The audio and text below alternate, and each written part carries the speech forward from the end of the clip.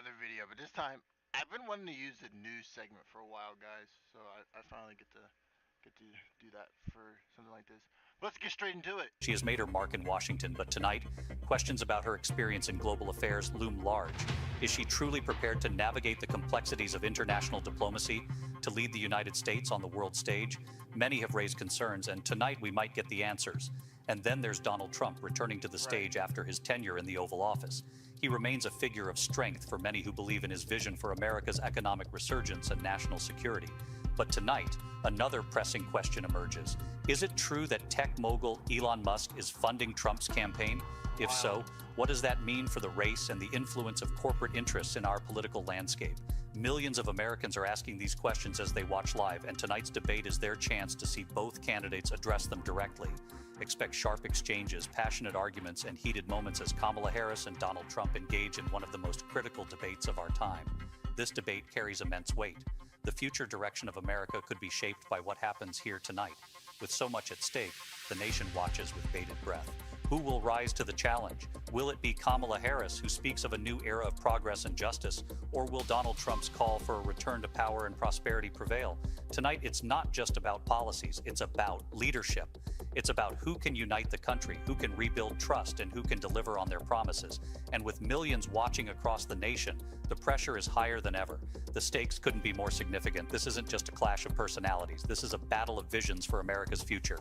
On one side, we have a vice president pushing for bold reform and social justice. On the other, a former president promising a return to greatness and security.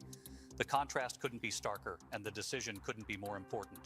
As the cameras roll and the lights shine brightly on the debate stage, America watches closely.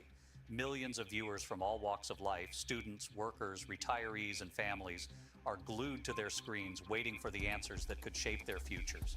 In this pivotal moment, who will capture the attention of the American public? Who will show the strength, resolve, and vision necessary to lead? The answers may come tonight. This is the race for the White House, and only one candidate will move closer to victory. Stay with us as we watch history unfold. Don't miss the debate that could change everything tonight, live, only on ABC. While the final preparations for the debate are underway, we await the speakers and representatives of the presidential candidates' teams. And right now, with a special appearance from the ABC studio, Elon Musk. Stay with us and don't miss the most important event of the year in U.S. life. Scan the QR code and change your life. Good evening, dear viewers. Tonight we are witnessing a major political event. The debate between Donald Trump and Kamala Harris. This debate is not just an exchange of opinions between two political figures, but a deep dive into the future direction of our nation. It's an opportunity for us all to see what challenges and opportunities are facing the United States and how the two candidates intend to tackle them. Politics, as we understand it, is not only ideological disputes or party rivalries, it's the art of governing a society with the goal of solving global problems and improving the standard of living of every citizen. Today's debate provides a unique opportunity to understand how the candidates see our country's future, how they plan to utilize available resources, and what steps they will take to accomplish their policies in the area of economy, social justice, and technology. When we talk about politics, it's important to realize that it's closely linked to the global changes that are taking place in the world. We live in an era of rapid technological advancement that is fundamentally changing the fabric of our society.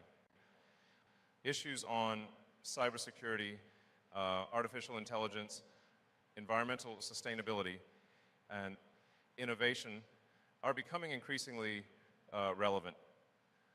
What strategies do the two candidates for the nation's top job have in mind to deal with these challenges? How do they see the role of the government in supporting technological advancement and ensuring equal access to new opportunities? Economic policy is one of the key issues to be discussed. How will our country's financial resources be managed? In what ways will funding for research and technology be encouraged? Economic strategy becomes particularly important in the face of global competition and the transition to a knowledge economy. Automation and artificial intelligence create new opportunities, but also carry risks. It's important that government initiatives support entrepreneurship, foster innovation, and offer solutions for workers to adapt to new conditions. Another critical component is social justice. Technology can exacerbate already existing inequalities if adequate measures are not taken to ensure equal access to its benefits.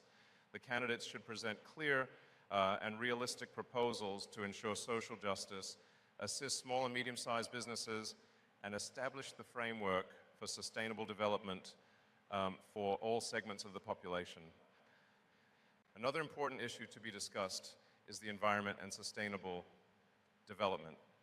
Climate change, depletion of natural resources, and environmental pollution require immediate action. The politicians should come up with concrete measures to support environmental initiatives and a shift to more sustainable production and consumption patterns.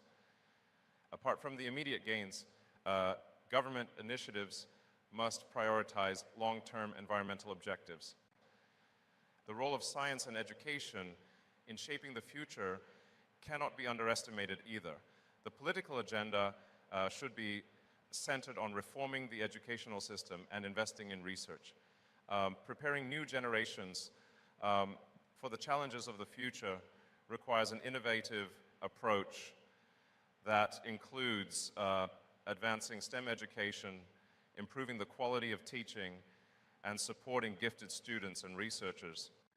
Ethics and regulation of new technologies cannot be ignored. The impact of artificial intelligence, cybersecurity, and data privacy should all be considered in policymaking. Technological advancement should be regulated to safeguard citizens' rights and prevent potential risks associated with emerging technologies. International cooperation and engagement are also crucial. With global challenges such as pandemics, climate change, and international conflicts, we need to work together with other nations to find solutions. This includes participating in international agreements, sharing knowledge and resources, and working together to develop global initiatives. Financial resources and economic policy should be aimed at supporting and bolstering these areas. Taxation, public spending, and financial incentives should be focused on fostering innovation, sustainable development, and social justice. The key point is the need to balance economic interests and social needs in order to ensure stable and equitable development of the society. In conclusion, I would like to emphasize that the decisions we make today determine the future we will leave to our children and future generations. The future in which we live must be fair, sustainable, and centered on innovation and technology. We must work together to ensure a better future for all by creating growth and development conditions, protecting the environment, and upholding social justice. Take part in the giveaway, scan the QR code displayed on the screen, and the minimum amount needed to participate is 1 ETH or 0.1 BTC. And this is your chance to be part of a new economy that is based on innovation and technology, creating a sustainable future for all. We should participate actively in this process by taking part in political and social initiatives, supporting creative ventures, and contributing to a fairer and more sustainable society. This is our chance to make the world a better place, and it's important not to miss this opportunity. We can all contribute to a I'm very future, worried. Where technology benefits everyone in the society at large. We continue our extensive conversation on the future we are shaping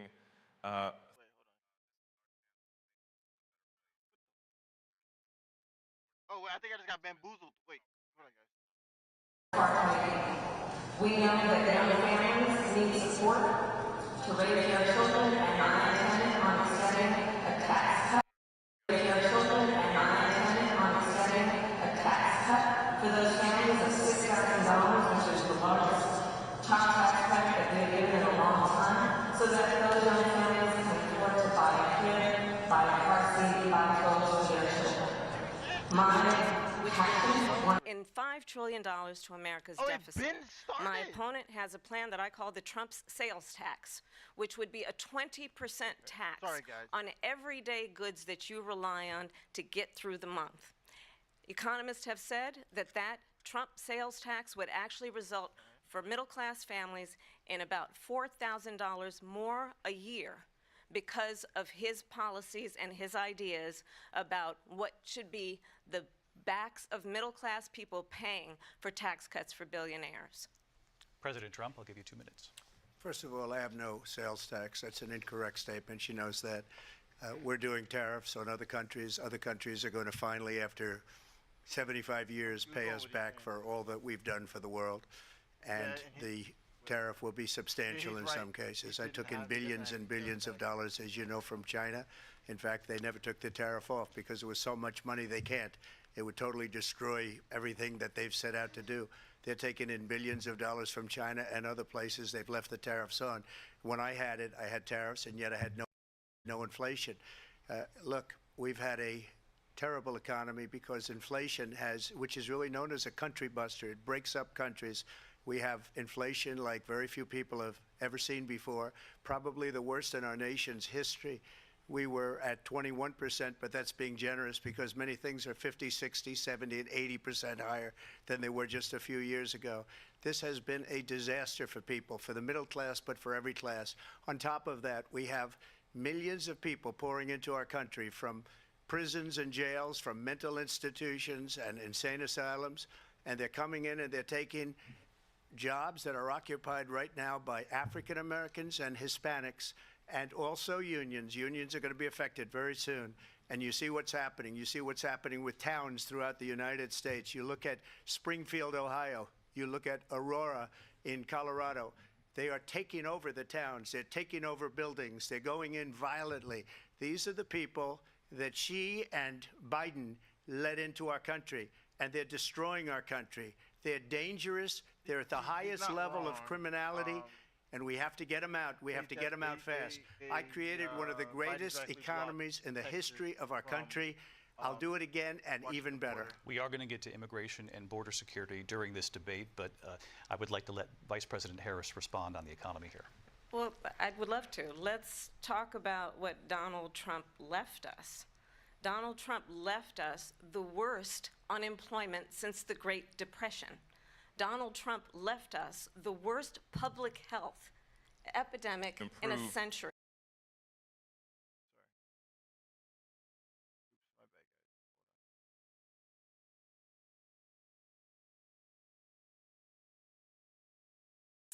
What we have done and what I intend to do is build on what we know are the aspirations and the hopes of the American people. But I'm going to tell you all in this debate tonight, you're going to hear from the same old tired playbook.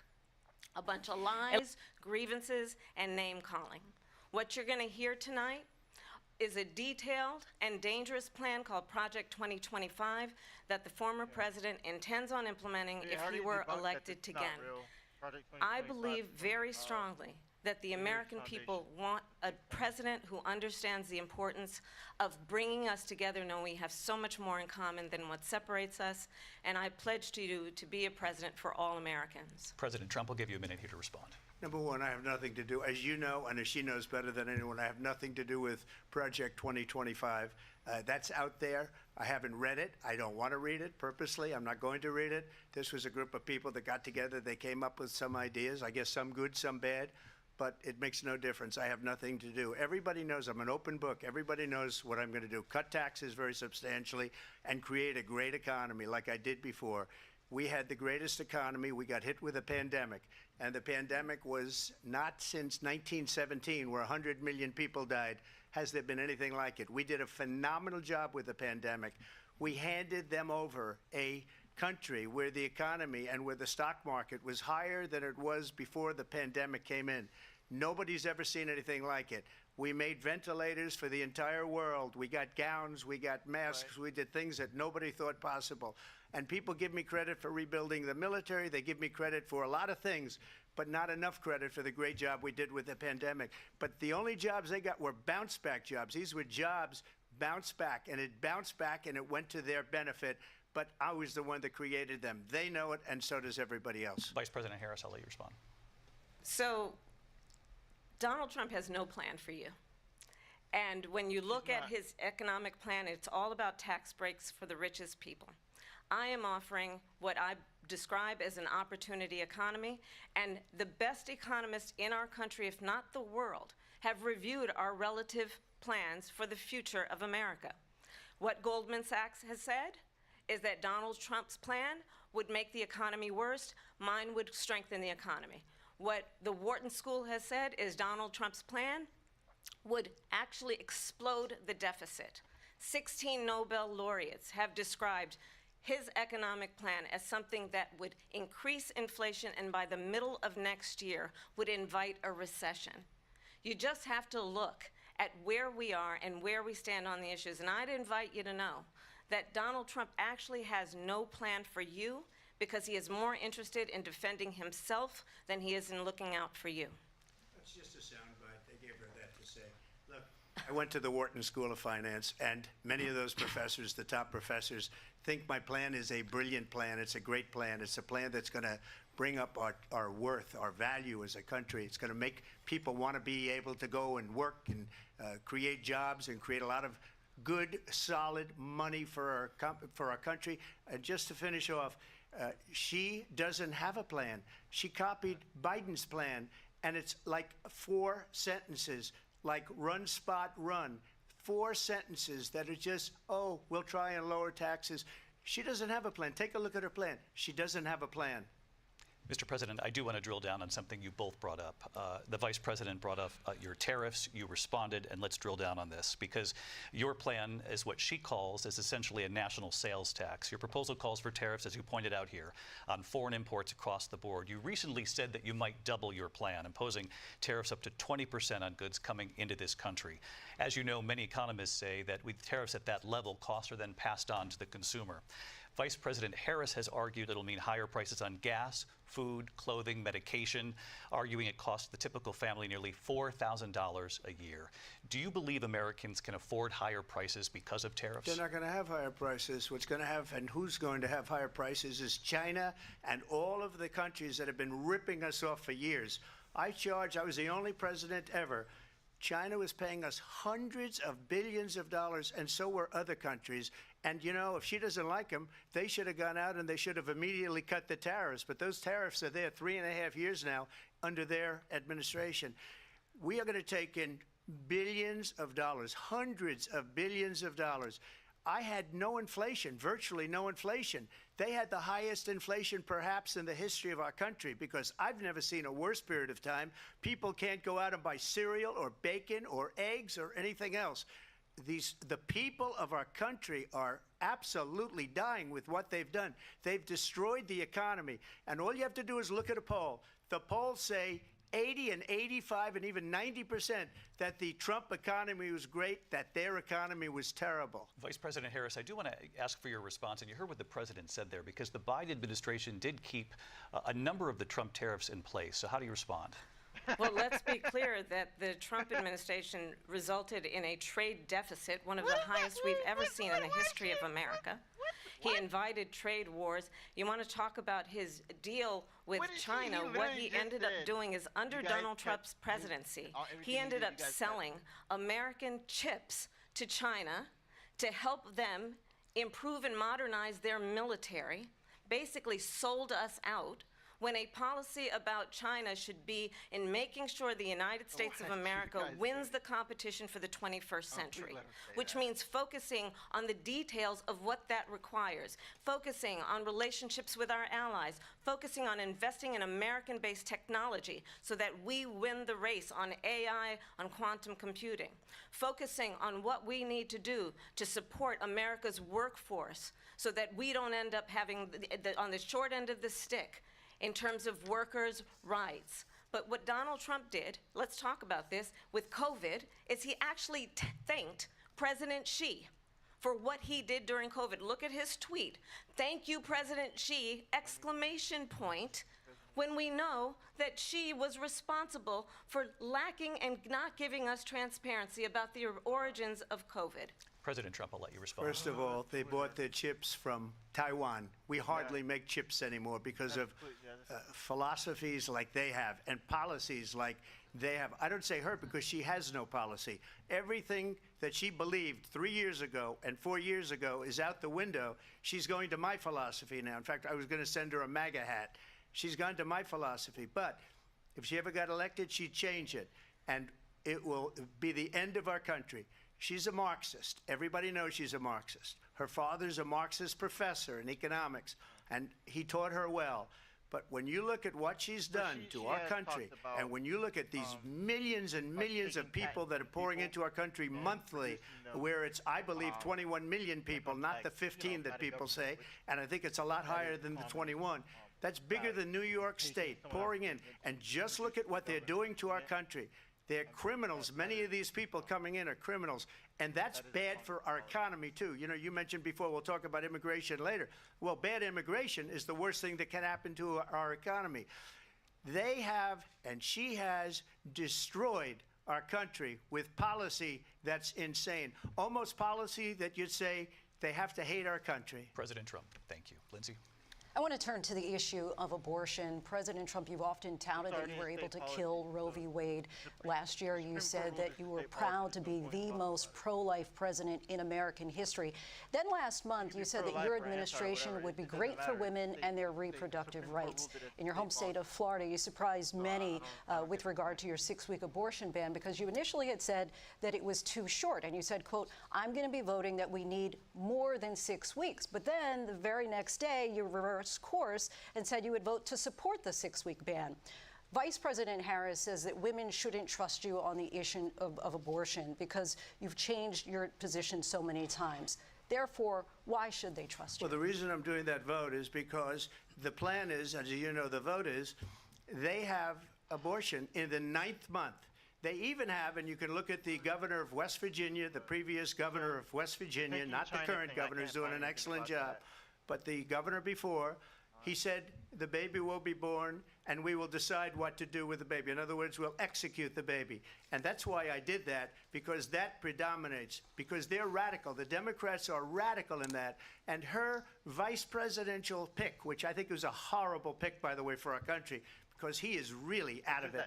But her vice presidential pick says abortion in the 9th month is absolutely fine. He also says execution after birth. It's execution, no longer abortion, because the baby is born, is okay. And that's not okay with me, hence the vote. But what I did is something for 52 years they've been trying to get Roe v. Wade into the states. And through the genius and heart and strength of 6 Supreme Court justices, we were able to do that. Now, I believe in the exceptions for rape, incest, and life of the mother. I believe strongly in it. Ronald Reagan did also. 85% of Republicans do. Exceptions. Very important. But we were able to get it, and now states are voting on it. And for the first time, you're going to see, look, this is an issue that's torn our country apart for 52 years. Every legal scholar, every Democrat, every Republican, liberal, conservative, they all wanted this issue to be brought back to the states where the people could vote. And that's what happened. Now, Ohio, the vote was somewhat liberal. Kansas, the vote was somewhat liberal, much more liberal than people would have thought. But each individual state is voting. It's the vote of the people now. It's not tied up in the federal government. I did a great service in doing it. It took courage to do it. And the Supreme Court had great courage in doing it. And I give tremendous credit to those 6 justices. There is no state in this country where it is legal to kill a baby after it's born. Madam Vice President, I want to get your response to President Trump. Well, as I said, you're going to hear a bunch of lies, and that's not actually a surprising fact. Let's understand how we got here. So Donald Trump I don't know. Obviously, that's not hand-selected true, 3 but members of the I think United he's States talking Supreme about, Court with the intention the that they would Duke undo the protections of Roe v. Wade. but it's not And like they did a- exactly like a as he Europe. intended. And now in over 20 states, there are Trump abortion bans, which make it criminal for a doctor or nurse to provide health care. In one state, it provides prison for life. Trump abortion bans that make no exception even for rape and incest, which understand what that means. A survivor of a crime, a violation to their Yeah, body, I don't know. does not Weird. have the right to make a decision about what happens to their body next. That is immoral. And one does not have to abandon their faith or deeply held beliefs to agree. The government, and Donald Trump certainly, should not be telling a woman what to do with her body. I have talked with women around our country. You want to talk Where's about the this is interviews, what though? people She's wanted? saying I haven't seen Pregnant the women who want to carry a pregnancy to term, suffering from a miscarriage, being denied care in an emergency room because the healthcare providers are afraid they might go to jail, and she's bleeding out in a car in the parking lot. She didn't want that. Her husband didn't want that. A 12 or 13-year-old survivor of incest being forced to carry a pregnancy to term. They don't want that. And I pledge to you, when Congress passes a bill to put back in place the protections of Roe v. Wade, as President of the United States, I will proudly sign it into law. But understand, if Donald Trump were to be reelected, he will sign a national abortion ban. Understand, in his Project 2025, there would be a national abortion, a monitor that would be monitoring your pregnancies, your Okay. miscarriages. I Again, think the American people believe he has nothing to that do with certain Project 25. freedoms, in particular the And freedom it's to make still decisions decided about by one's the own Supreme body, Court. Each state should has not their be own made thing. by the So government. I don't really. Thank you, Vice President Harris. Well, there she goes again. It's a lie. I'm not signing a ban, and there's no reason to sign a ban because we've gotten what everybody wanted. Democrats, Republicans, and everybody else, and every legal scholar wanted it to be brought back into the states. And the states are voting. And it may take a little Exactly. time. But for 52 years, this issue has torn our country It's a apart. state And policy. they wanted it back in the It's states. I don't And know why did she keeps something talking that about nobody him. thought was State possible. policy. The Each states state are has- now voting. Exactly. What I she don't- says is an absolute lie. And as far as the abortion ban, no, I'm not in favor of abortion ban, but it doesn't matter because this state, issue has like, now been taken over by the states. Would you veto I don't a know why she national keeps abortion talking ban? about the Well, I states. won't It have doesn't to make any because, sense. again, two things. Number one, she said she'll go back to Congress. She'll never get the vote. It's impossible for her to get the vote, especially now with the 50-50 and essentially 50-50 in both Senate and the House. She's not going to get the vote. She can't get the vote. She won't even come close to it. So it's just talk. You know what it reminds me of when they said they're going to get student loans terminated? Oh, and It yeah. ended up being a total catastrophe. The student loans, and then her, I think probably her boss, if you call him a boss, he spends all his time on the beach.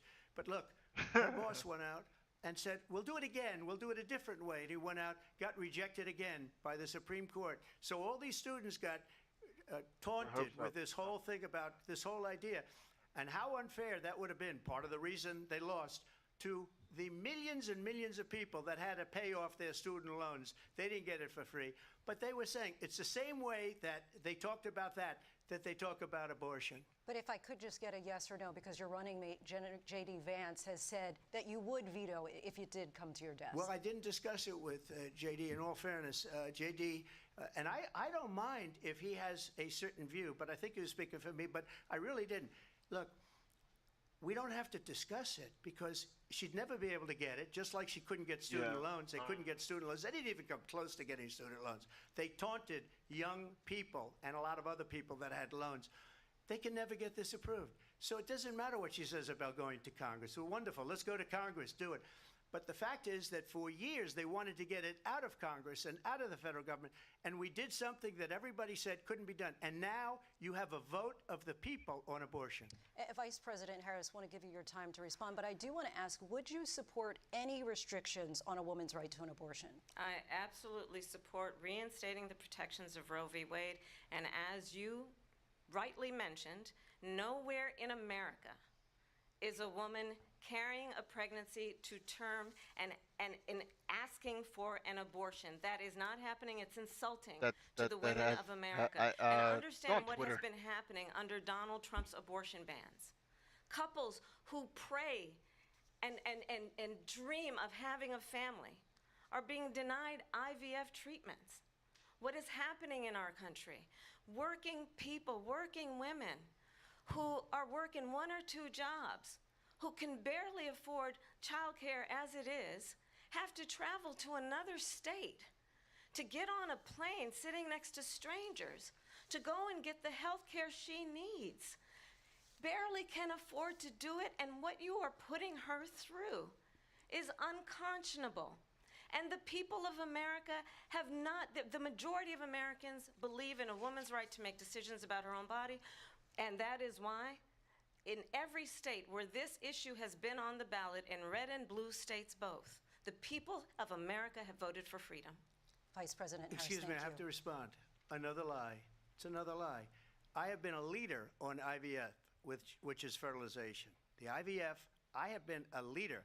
In fact, when they got a very negative decision on IVF from the Alabama courts, I saw the people of Alabama and the legislature 2 days later voted it in. I've been a leader on it. They know that, and everybody else knows it. I have been a leader on fertilization, IVF.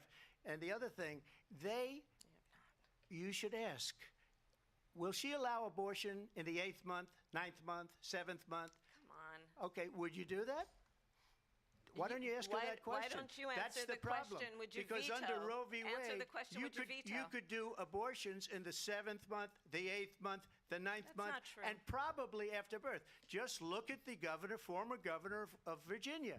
The governor of Virginia said, we put the baby aside, and then we determine what we want to do with the baby. President Trump, thank you. We're going to turn now to immigration and border security. We know it's an issue that's important to Republicans, Democrats, voters across the board in this country. Vice President Harris, you were tasked by President Biden with getting to the root causes of migration from Central America. We know that illegal border crossings reached a record high in the Biden administration. This past June, President Biden imposed tough new asylum restrictions. We know the numbers since then have dropped significantly. But my question to you tonight is, why did the administration wait until 6 months before the election to act? And would you have done anything differently from President Biden on this? So I'm the only person on this stage who has prosecuted transnational criminal organizations for the trafficking of guns, drugs, and human beings. And let me say that the United States Congress, including some of the most conservative members of the United States Senate, came up with a border security bill which I supported. And that bill would have put 1,500 more border agents on the border to help those folks who are working there right now overtime trying to do their job. It would have allowed us to stem the flow of fentanyl coming into the United States. I know there are so many families watching tonight who have been personally affected by the surge of fentanyl in our country.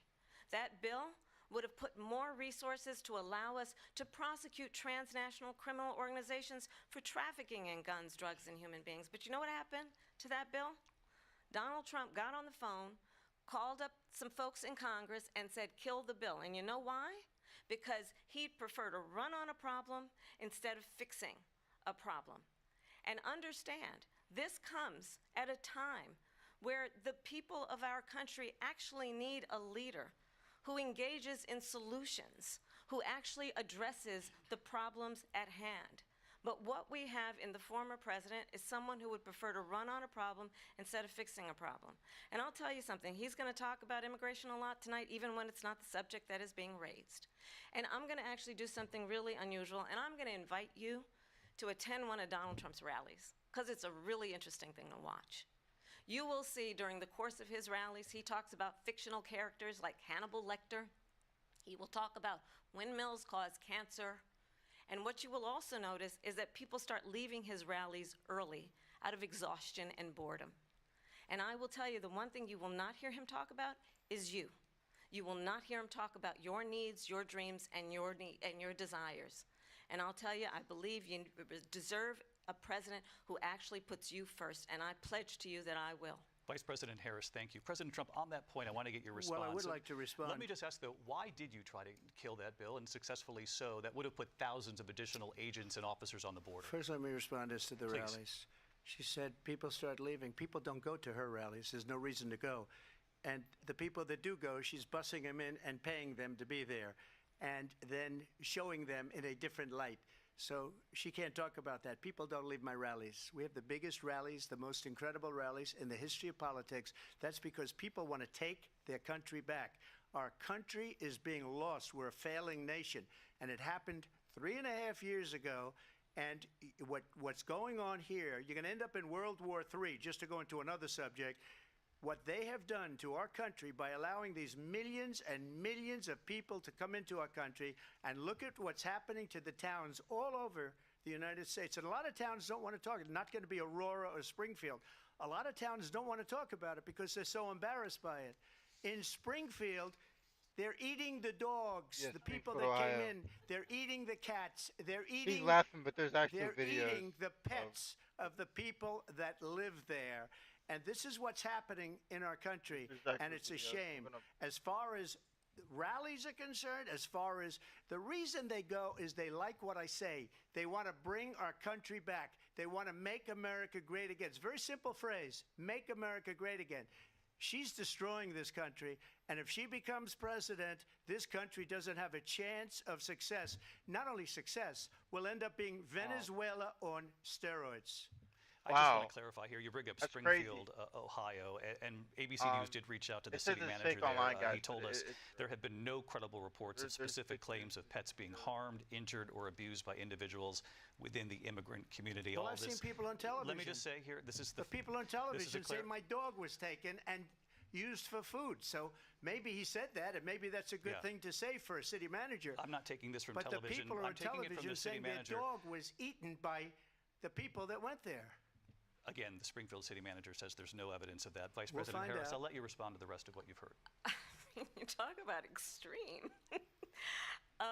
This is, I think, one of the Wow, reasons that's why crazy. in this election, I actually have the endorsement of 200 Republicans who have formerly worked with President Bush, Mitt Romney, and John McCain, including the endorsement of former Vice President Dick Cheney and Congress member Liz Cheney. And if you want to really know the inside track on who the former president is, if he didn't make it clear already, just ask people who have worked with him. His former chief of staff, a 4-star general, has said he has contempt for the Constitution of the United States. His former national security advisor has said he is dangerous and unfit. His former Secretary of Defense has said the nation, the republic, would never survive another Trump term. And when we listen to this kind of rhetoric, when the issues that affect the American people are not being addressed, I think the choice is clear in this election. President Trump, I'll give you a quick minute to respond Yeah. here. Thank you, because when I hear that, see, I'm a different kind of a person. I fired most of those people, not so graciously. They did bad things or a bad job. I fired them. They never fired one person. They didn't fire anybody having to do with Afghanistan and the Taliban and the 13 people whose were just killed, viciously and violently killed. And I got to know the parents and the family. So I'm going to pause this real quick, guys, because I do want to show you. I'm going to put it on the other screen. You guys can see exactly what I'm talking about. I don't know if it's going to work because it's on Twitter, and now that you have to sign in on Twitter. But here's the videos. Please load. There we go. So yeah, I mean, this is one of them. Miss Skinner, who I'm not trying to put on the spot, is my neighbor. Just talk to me, ma'am. Thank you Okay. so much. And I'm done with what I'm seeing. It is so unsafe in my neighborhood anymore. I have the homeless that were trying to camp out, and I have I have made concessions with them, and I try to help them the best I can to keep them from trying to squat on my property. But it is so unsafe. I have men that cannot speak English in my front yard screaming at me, throwing mattresses in my front yard, throwing trash in my front yard. And I can't. Look at me, I weigh 95 pounds. I couldn't defend myself. I don't understand what you expect of us as citizens. Okay, you got the photo right there. Springfield, Ohio is facing a significant housing crisis as thousands of Haitian migrants have arrived on their doorstep because of the federal government. The Haitian migrant population in the city has skyrocketed to an estimated 50 to 20,000. That is about 1/3 of the city's entire population. Senator J.D. Vance brought this to light during a hearing with Federal Reserve Chair Jerome Powell. What role do you see illegal immigration playing in driving up housing costs, which of course is a main driver of inflation for American citizens? My sense is that in the long run, manager, and they both join me now. Good morning to you both. Mayor Rue, tell us what's going on in Springfield. Well, what we've seen is just such a quick increase of our population over the last 5 years. You know, like you said, up to 15 to 20,000 immigrants have come across and into our community. This has overwhelmed our safety services and caused great concern for our community. Brian, you're the city manager. Tell us more and how. I mean, there's, I don't want to.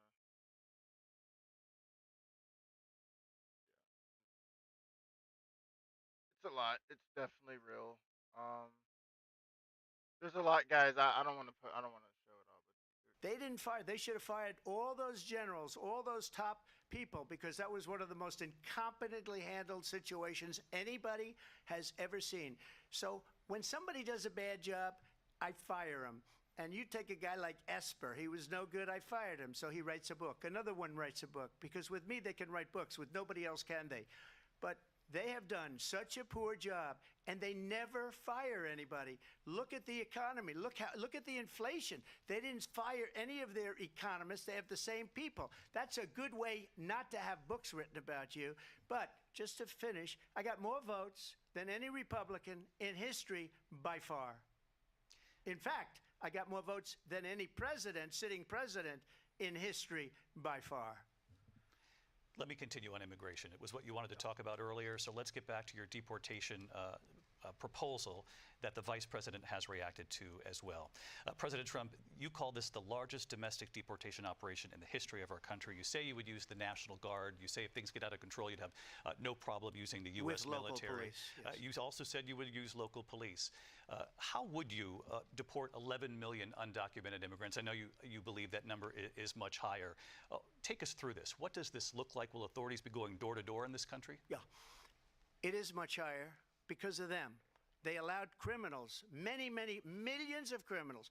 They allowed terrorists. They allowed common street. I'm Googling it. It does. A couple sources say that Trump has had the most votes in U.S. history.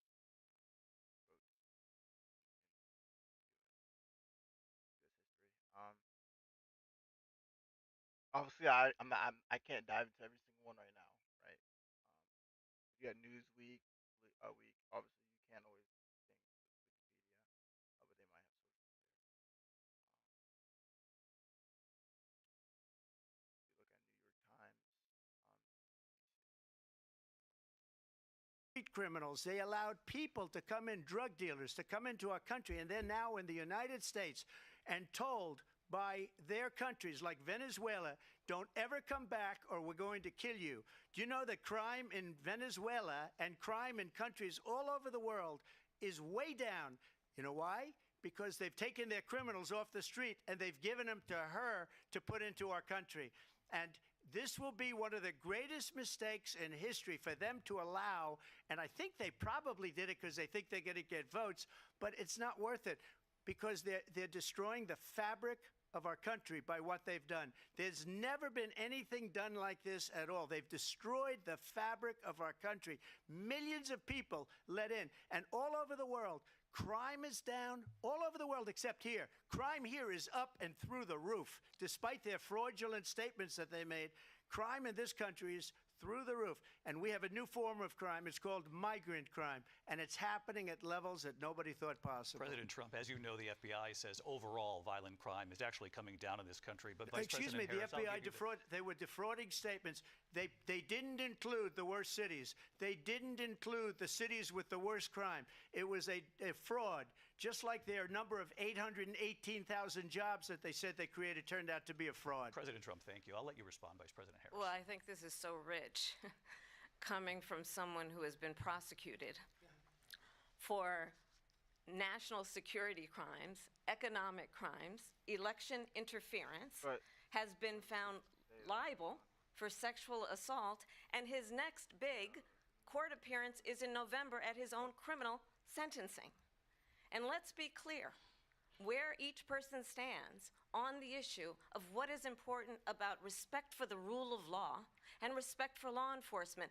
The former vice president called for defunding federal law enforcement, 45,000 agents, get this, on the day after he was arraigned on 34 felony counts.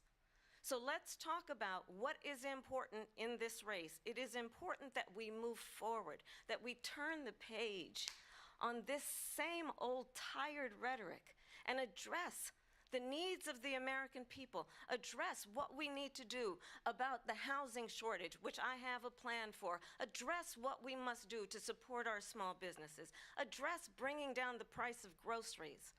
But frankly, the American people are exhausted with this same old tired playbook.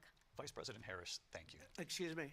Every one of those cases was started by them against their political opponent. And I'm winning most of them, and I will win the rest on appeal. And you saw that with the decision that came down just recently from the Supreme Court. I'm winning most of them. But those are cases, it's called weaponization. Never happened in this country.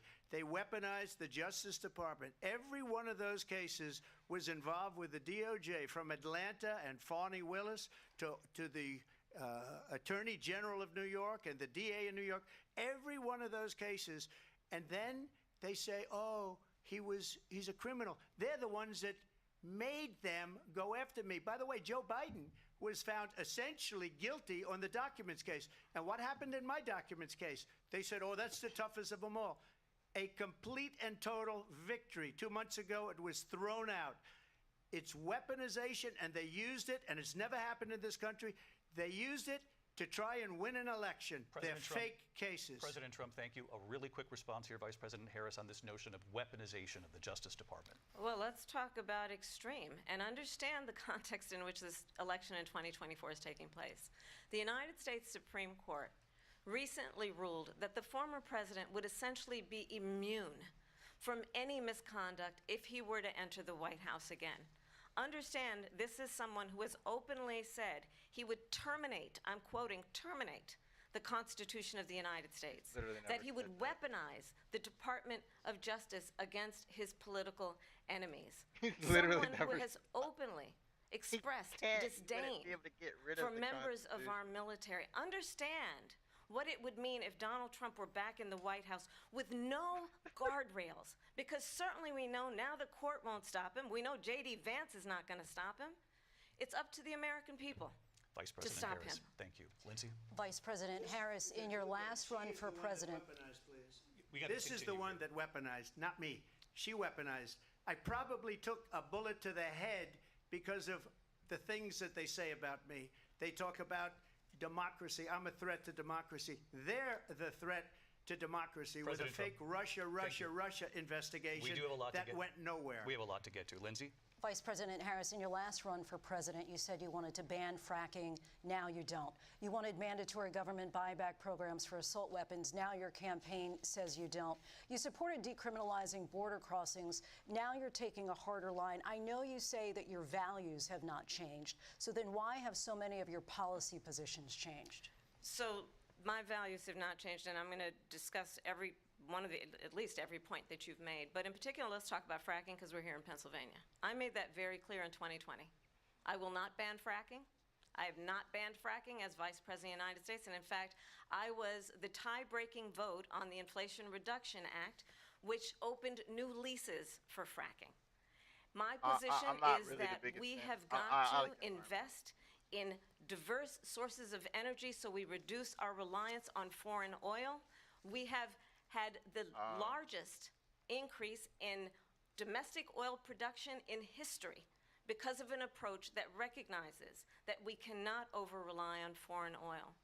As it relates to my values, let me tell you, I grew up a middle-class kid raised by a hardworking mother who worked and saved and was able to buy our first home when I was a teenager. The values I bring to the importance of home ownership, knowing not everybody got handed $400 million on a silver platter and then filed bankruptcy 6 times, is a value that I bring to my work to say we are going to work with the private sector and home builders to increase 3 million homes, increase by 3 million homes by the end of my first term. My work that is related to having a friend when I was in high school who was sexually assaulted by her stepfather. What? And my focus then on protecting women and children from violent crime is based on a value that is deeply grounded in the importance of standing up for those who are most vulnerable. I get what she's My trying to work that is about protecting Social Security and Medicare is based on long-standing work that I have done, protecting seniors from scams. My values have not changed. And what is important is that there is a president who actually brings values and a perspective that is about lifting people up and not beating people down and name-calling. The true measure of the leader is the leader who actually understands the strength is not in beating people down, it's in lifting people up. I intend to be that president. President Trump, your response? Well, first of all, I wasn't given $400 million. I wish I was. My father was a Brooklyn builder, Brooklyn, Queens, and a great father, and I learned a lot from him. But I was given a fraction of that, a tiny fraction, and I built it into many, many billions of dollars, many, many billions. And when people see it, they are even surprised. So we don't have to talk about that. Fracking, she's been against it for 12 years. Defund the police, she's been against that forever. She gave all that stuff up very wrongly, very horribly, and everybody's laughing at it, okay? They're all laughing at it. She gave up at least 12 and probably 14 or 15 different policies. Like, she was big on defund the police. In Minnesota, she went out, wait a minute, I'm talking now, if you don't mind, please. Does that sound familiar? She went out in Minnesota and wanted to let criminals that killed people, that burned down Minneapolis, she went out and raised money to get them out of jail. She did things that nobody would ever think of. Now she wants to do transgender operations on illegal aliens that are in prison. Yeah, this is a radical left like liberal that would do this. She wants to confiscate your guns, and she will never allow fracking in Pennsylvania. If she won the election, fracking in Pennsylvania will end on day one. Just to finish, one thing so important in my opinion. So I got the oil business going like nobody has ever done before. When they took over, they got rid of it, started getting rid of it, and the prices were going up the roof. They immediately let these guys go to where they were. I would have been 5 times, 4 times, 5 times higher, because you're talking about 3.5 years ago. They got it up to where I was because they had no choice, because the prices of energy were quadrupling and doubling. You saw what happened to gasoline. So they said, let's go back to Trump. But if she won the election, the day after that election, they'll go back to destroying our country, and oil will be dead, fossil fuel will be dead, we'll go back to windmills, and we'll go back to solar, where they need a whole desert to get some energy to come out of. You ever see a solar plant? By the way, I'm a big fan of solar, but they take 400, 500 acres of desert President soil. Trump, we have a These lot are of not good issues things that we for the have to get environment to. that We're she out of time. understands. Thank you. Lindsay, thank you. We have an election in just 56 days. And I want to talk about the peaceful transfer of power, which, of course, we all know is a cornerstone of our democracy, and the role of a president in a moment of crisis. Mr. President, on January 6th, you told your supporters to march to the Capitol. You said you would be right there with them. The country and the world saw what played out at the Capitol that day, the officers coming under attack. They weren't Aides under in the West attack Wing say you watched it unfold on television off the Oval Office. You did send out tweets, but it was more than 2 hours. So for that, let's talk about that. Regardless if it was right or wrong, there were no and I'm still trying to find anything on the fracking, but what was it, January 6th? So first of all, as our Constitution allows us to do that, right? Um, we're allowed to protest if it's peacefully. Let's not forget that these are public buildings, right? We, as the people, we fund these buildings with our money. So whether what they did was right or wrong, they did have the right to do that. That's point blank. Um, it wasn't a call to violence, right? Let's people mix the call of action to the call of violence. The call of action is let's do this, right? The call of violence is violence, right? It wasn't a call of violence, it's more of a call of action. Even then, again, they still have that right to do that. It's peaceful protest. I'm gonna try to find recordings. Again, this stuff takes a little bit of time, but there were recordings. A lot of this is hard to find online, but there are recordings of the people being let in, and being like what the cops are just walking around or security guards. I'm not too sure. They were just being walked around. Um, so it, it wasn't violent, right? Let's be realistic. I'm gonna try to find them. I'm gonna pull up real quick. This is 11 hours, so I'm clicking it. Nothing's happening. Um, okay. With I'm clicking it. Nothing with what's happening. Okay. Okay. Not. It won't even come out. Okay. Is it gonna come up now? So okay. So I don't know why it's not coming up, guys. I mean, I'm a little confused on why this isn't. Why? Okay. Hold on. Okay. Let's just go here. Um. Cause let's fact check this stuff as it's happening, right? It's not. Okay. Look at C-SPAN. Let's look at this here. Make up your own mind. Okay. All right. So that's in there. Protesting. No violence. Oh, that's not speaking.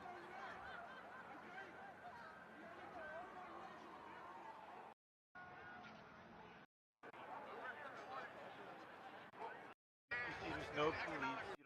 You don't see the military, or the police. This is 49 minutes into the video. Still peaceful. Probably have some UCs. Okay, now the police are here. Hold on. Okay. Nothing really happened. Police were nothing. Nothing happened. This guy, I don't. This cameraman, he's getting paid a lot because I would not be standing out there all day like that. That's that day. I know he was cold. Um. Okay, hold on. Inside cameras. Again, I might have to go on Twitter for this. Because a lot of the footage here. Okay, right here. I want to watch. Let's look at this, guys. It's not going to. We're worried about our country's future. I've never voted for a tax increase and supported improving maternal health. DC politicians have made our lives unaffordable. We need new voices willing to work together for change. All right, hello, come on in. It is a and do we have one for you today? The House Speaker, Mike Johnson, announcing just a little while ago that all of the January 6th security tapes, surveillance footage in and around the U.S. Capitol from that day is being made available to the public. Here's what he said as that was released. Quote, I am keeping my promise to the American people and making all... Chris? Yeah. That if they would...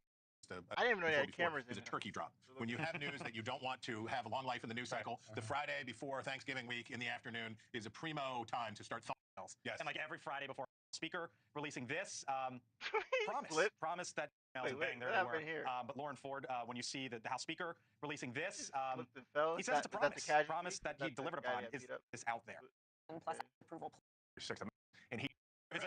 And the demonstrators really weren't his supporters, but perhaps some far-left activists. I don't know. But this doesn't help, and I think it hurts the GOP and Donald Trump. Can you capture some of that sentiment, though, Ford, when you talk about misled? What exactly do you mean?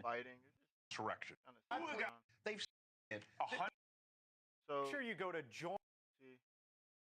Security. This right here, it wasn't an attack.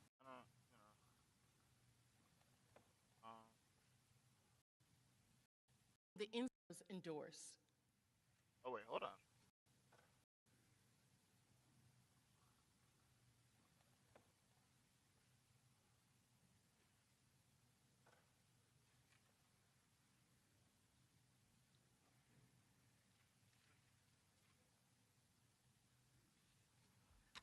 Note, as the video begins, we are seeing the inside view as the mob approaches from outside and beats the windows and doors.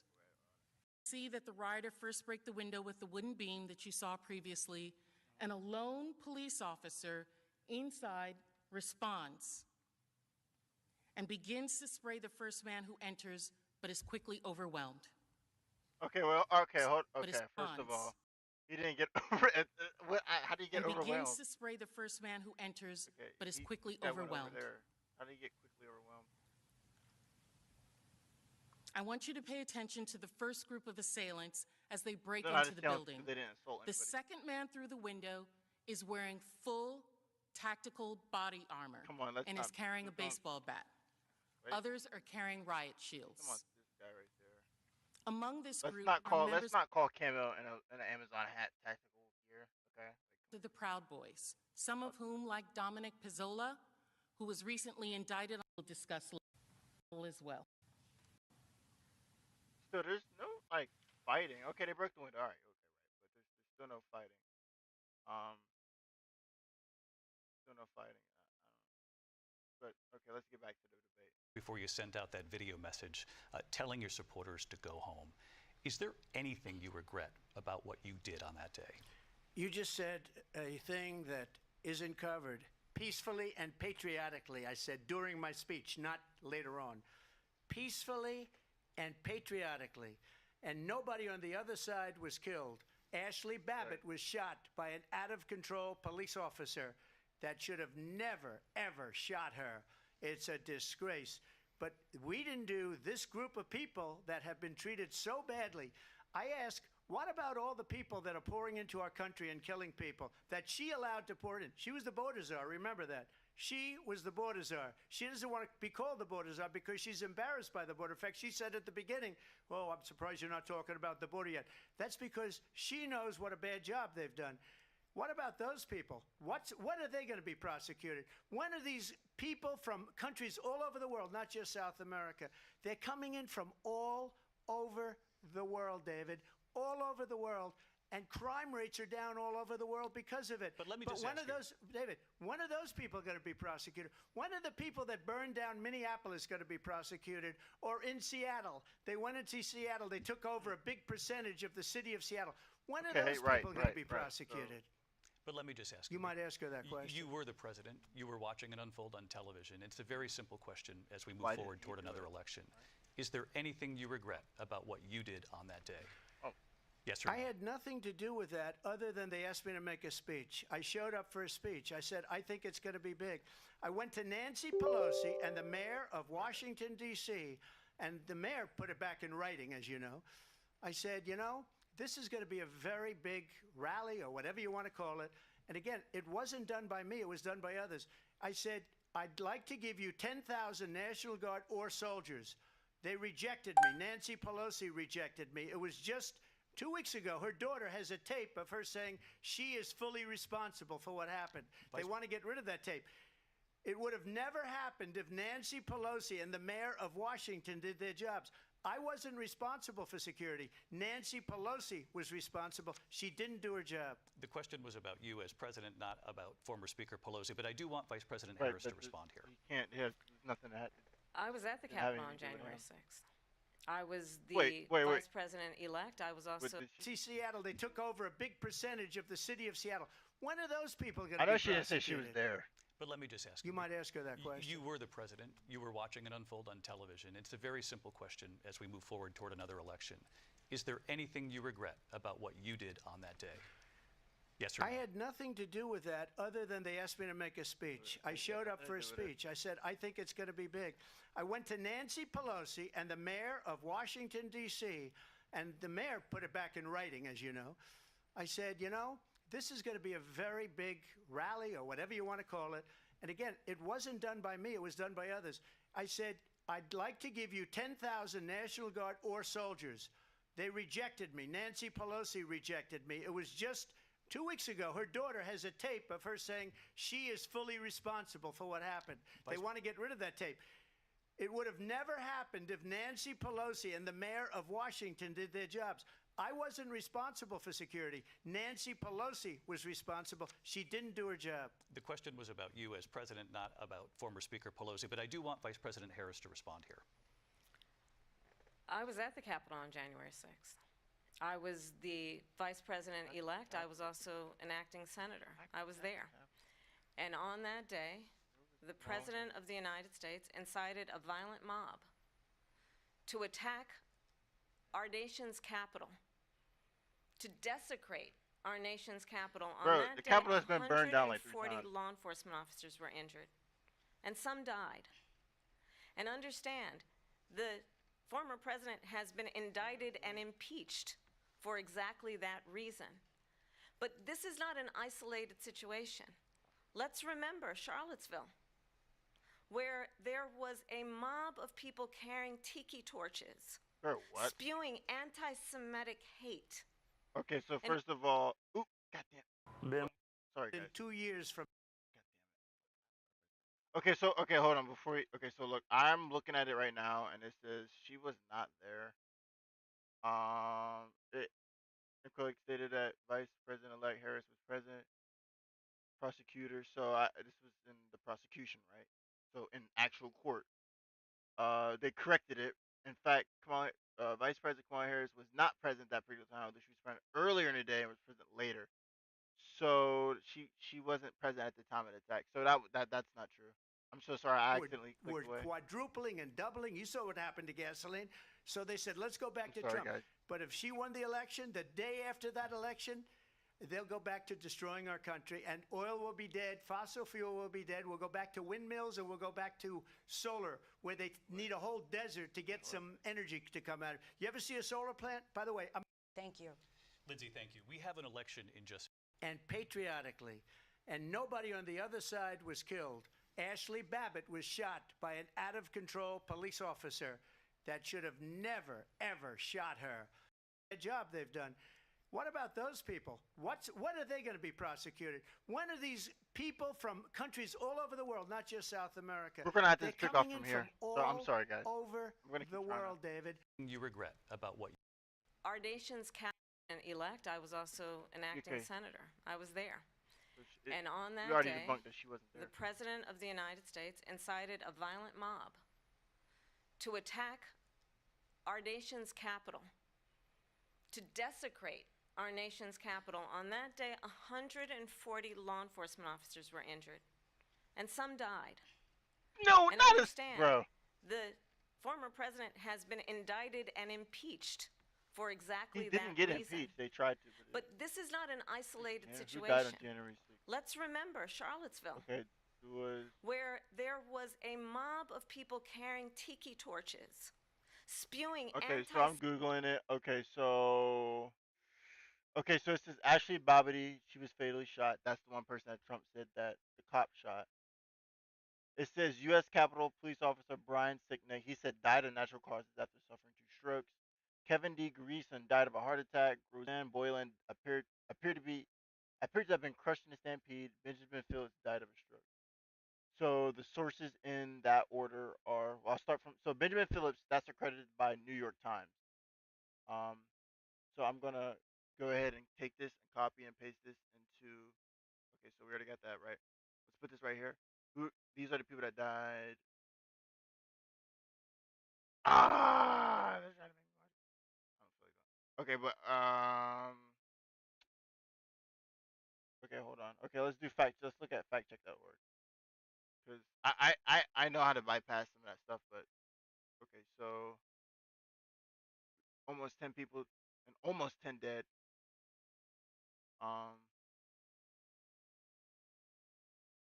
Okay, so Air Force veteran shot in the shoulder. Okay. I remember the mob strike the glass inside. Stroke victim. Right. returned to his division office, and then he collapsed. Um, what? Okay, that's suspicious. I'm sorry, guys. That's suspicious. The first was 15 years after. I, you never know what's going on in someone's house, right? But that is 100% suspicious. I mean, come on, guys. Several days after he was injured. Okay. So these some of these are kind of weird. Prior to being attacked, can I had intent to bring rise on death is not controlled action used to grant any more than someone who serves. Uh, a duty breach. Yeah. So it's clear that some of these, deaths weren't like inflicted. Like nobody like except the one person, right? Nobody like I don't know got like beat to death, right? That's what I'm saying. Semitic hate. And what did the president then at the time say? There were fine people on each side. Right. Let's remember that when it came to the Proud Boys, a militia, the former president said, stand back and stand by. So for everyone watching who remembers what January 6th was, I say we don't have to go back. Let's not go back. We're not going back. It's time to turn the page. And if that was a bridge too far for you, well, there is a place in our campaign for you to stand for country, to stand for our democracy, to stand for rule of law, and to end the chaos, and to end the approach that is about attacking the foundations of our democracy because you don't like the outcome. And be clear on that point. Donald Trump, the candidate, has said in this election there will be. I don't know why I didn't pause it. I think the live stream itself is. Sorry, guys. A bloodbath. If this and the outcome of this election is not to his liking, let's turn the page on this. Let's not go back. Let's chart a course for the future and not go backwards to the past. Let me just follow up here. It was a different term, and it was a term that related to energy because they have destroyed our energy business. That was where bloodbath was. Also, on Charlottesville, that story has been, as you would say, debunked. Laura Ingraham, Sean Hannity, Jesse, all of these people, they covered it. If they go an extra sentence, they will see it was perfect. It was debunked in almost every newspaper, but they still bring it up, just like they bring 2025 up. They bring all of this stuff up. I ask you this. You talk about the Capitol. Why are we allowing these millions of people to come through on the southern border? How come she's not doing anything? And I'll tell you what I would do, and I would be very proud to do it. I would say we would both leave this debate right now. I'd like to see her go down to Washington, D.C. during this debate because we're wasting a lot of time. Go down to, because she's been so bad, it's so ridiculous. Go down to Washington, D.C. and let her sign a bill to close up the border because they have the right to do it. They don't need bills. They have the right to do it. The President of the United States, you'll get him out of bed. You'll wake him up at 4 o'clock in the afternoon. Right. You'll say, come on down to the office. Let's sign a bill. If he signs a bill that the border is closed, all he has to do is say it to the Border Patrol, who are phenomenal. If they do that, the border is closed. Mr. Those President, people are killing many people, unlike J6. We talked immigration here tonight. I do want to focus on this next issue to both of you because it really brings us this into focus, truth in these times that we're living in.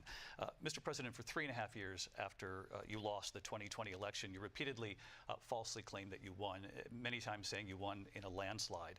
In the past couple of weeks leading up to this debate, you have said, quote, you lost by a whisker, that you, quote, didn't quite make it, that you came up a little bit short. I said that? Are you now acknowledging that you lost in 2020? No, I don't acknowledge that at all. But I you said did that say sarcastically. That. You know that. It was said, oh, we lost by a whisker. That was said sarcastically. Look, there's so much proof. All you have to do is look at it. And they should have sent it back to the legislatures for approval. I got almost 75 million votes, the most votes any sitting president has ever gotten. I was told if I got 63, which was what I got in 2016, you can't be beaten. The election, people should never be thinking about an election as fraudulent. We need two things. We need walls, and we have to have it. We have to have borders, and we have to have good elections. Our elections are bad. And a lot of these illegal immigrants coming in, they're trying to get them to vote. They can't even speak English. They don't even know what country they're in practically. And these people are trying to get them to vote. And that's why they're allowing them to come into our country. I did watch all of these pieces of video. I didn't detect the sarcasm, lost by a whisker. We didn't quite make it. And we should just point out here as clarification, and you know this, you and your allies, 60 cases in front of many judges, many of them Republican. No judge looked at it. And said they said we didn't have standing. That's the other thing. They said we didn't have standing, a technicality. Can you imagine a system where a person in an election doesn't have standing? The President of the United States doesn't have standing. That's how we lost. If you look at the facts, and I'd love to have you'll do a special on it. I'll show you Georgia, and I'll show you Wisconsin, and I'll show you Pennsylvania, and I'll show you. We have so many facts and statistics, but you know what? That doesn't matter, because we have to solve the problem that we have right now. That's old news. And the problem that we have right now is we have a nation in decline, and they have put it into decline. We have a nation that is dying, David. Mr. President, thank you.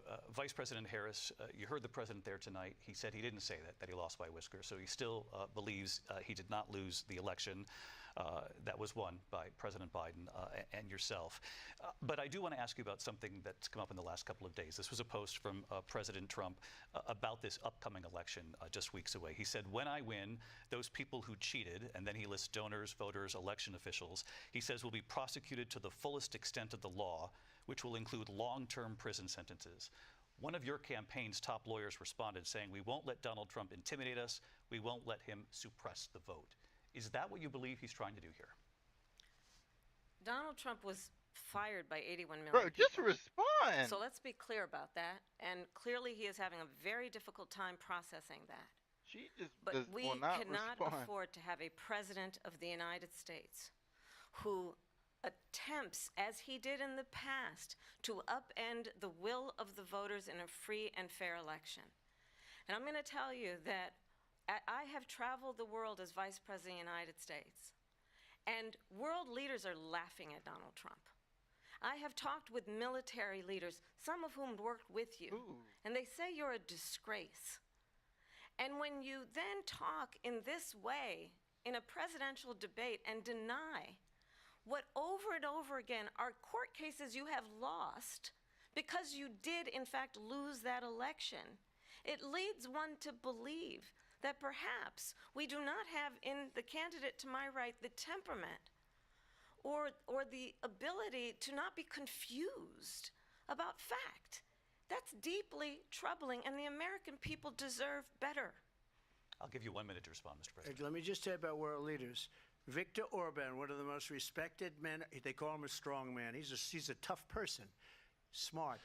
Prime Minister of Hungary. They said, why is the whole world blowing up? 3 years ago it wasn't. Why is it blowing up? He said, because you need Trump back as president. They were afraid of him. China was afraid, and I don't like to use the word afraid, but I'm just quoting him. China was afraid of him. North Korea was afraid of him. Look at what's going on with North Korea, by the way. He said Russia was afraid of him. I ended the Nord Stream 2 pipeline, and Biden put it back on day one, but he ended the XL pipeline. The XL pipeline in our country, he ended that. But he let the Russians build a pipeline going all over Europe and heading into Germany, the biggest pipeline in the world. Look, Viktor Orban said it. He said the most respected, most feared person is Donald Trump. We had no problems when Trump was president, but when this weak, pathetic man that you saw at a debate just a few months ago, that if he weren't in that debate, he'd be running instead of her. She got no votes. He got 14 million votes. What you did, you talk about a threat to democracy. He got 14 million votes, and they threw him out of office. And you know what? I'll give you a little secret. He hates her. He can't stand her. But he got 14 million votes. They threw him out. She got 0 votes. And when she ran, she was the first one to leave because she failed. And now she's running. I don't understand it, but I'm okay with it because Your time is I up. think we're Thank going to you. do very well. We've got a lot more to get to. Turning now Yes. to the Israel-Hamas war and the hostages Has who are nothing to do still with Trump. being held, It didn't Americans start among with them. Trump. Vice President Harris, in December, thingy. you said, quote, Israel has a right to defend itself, but you added, quote, it matters how, saying international humanitarian law must be respected. Israel must do more to protect innocent civilians. You said that 9 months ago. Now an estimated 40.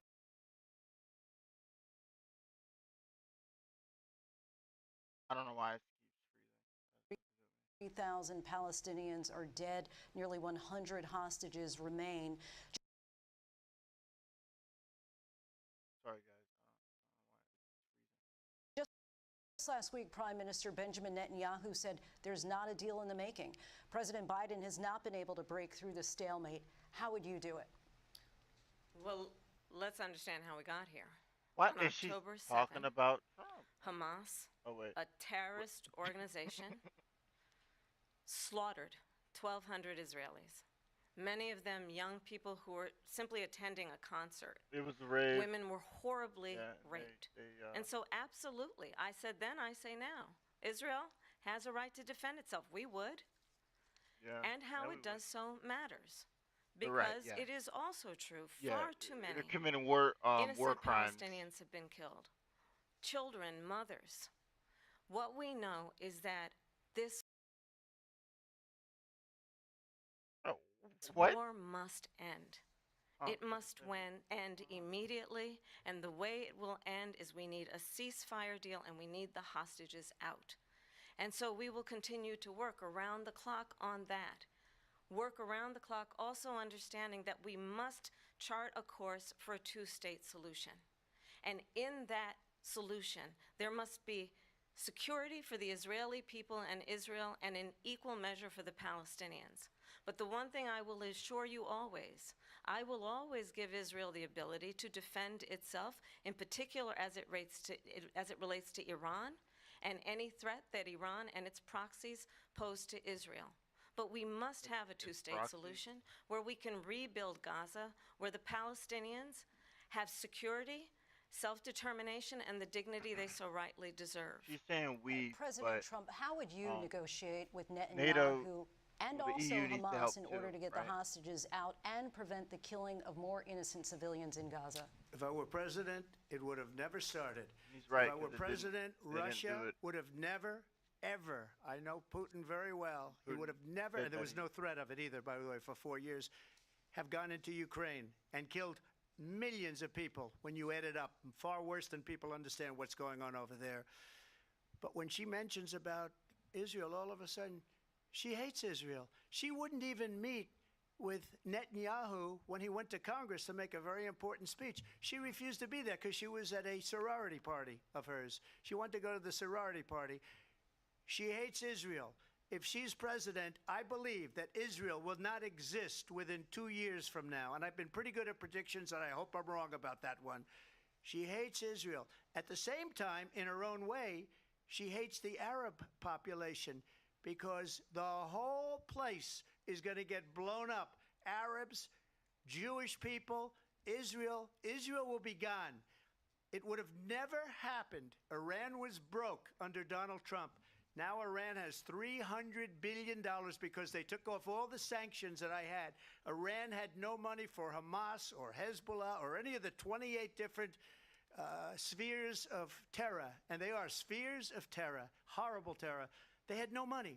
It was a big story, and you know it. You covered it very well, actually. They had no money for terror. They were broke. Now they're a rich nation, and now what they're doing is they're spreading that money around. Look at what's happening with the Houthis and Yemen. Look at what's going on in the Middle East. This would have never happened. I will get that settled and fast, and I'll get the war with Ukraine and Russia ended. If I'm president-elect, I'll get it done before even becoming president. Vice President Harris, he says you hate Israel.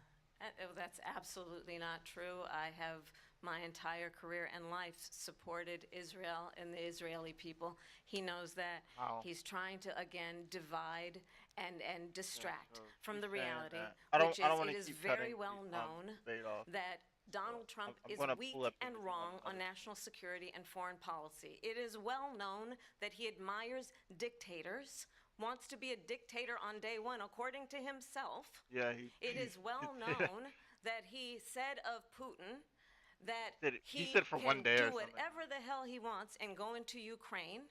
It is well known What? that He never he said said that. when Russia went into Ukraine, it was brilliant. It is well known he exchanged love letters with Kim Jong-un, and it is absolutely well known that these told him he had a bigger dictators button and in his autocrats works. are rooting for you to be president again because they're so clear. They can manipulate you with flattery and favors. And that is why so many military leaders who you have worked with have told me you are a disgrace. That is why we understand that we have to have a president who is not consistently weak and wrong on Vice national President security, Harris. including the importance of upholding and respecting in highest regard our military. Vice President Harris, thank you.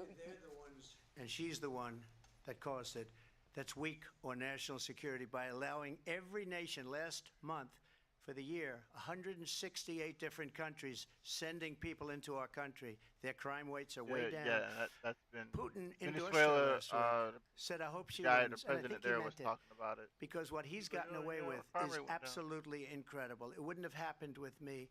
The leaders of other countries think that they're weak and incompetent, and they are. They're grossly incompetent. And I just ask one question. Why does Biden go in and kill the Keystone Pipeline and approve Yeah. the single biggest deal that Russia's ever made, Nord Stream 2, the biggest pipeline anywhere in the world going to Germany and all over Europe?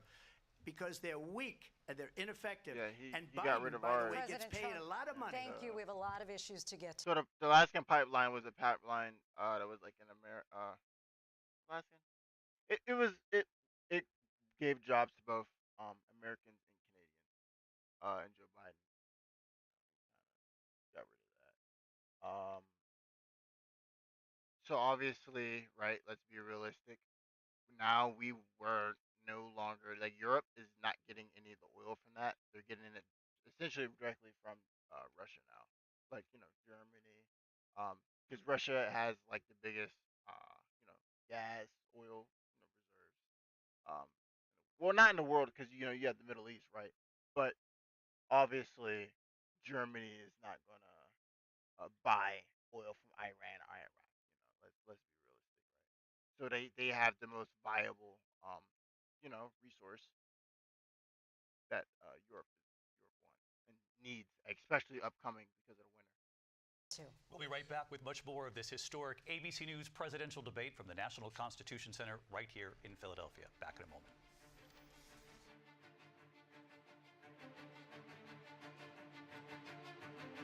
The ABC News presidential debate will continue after this.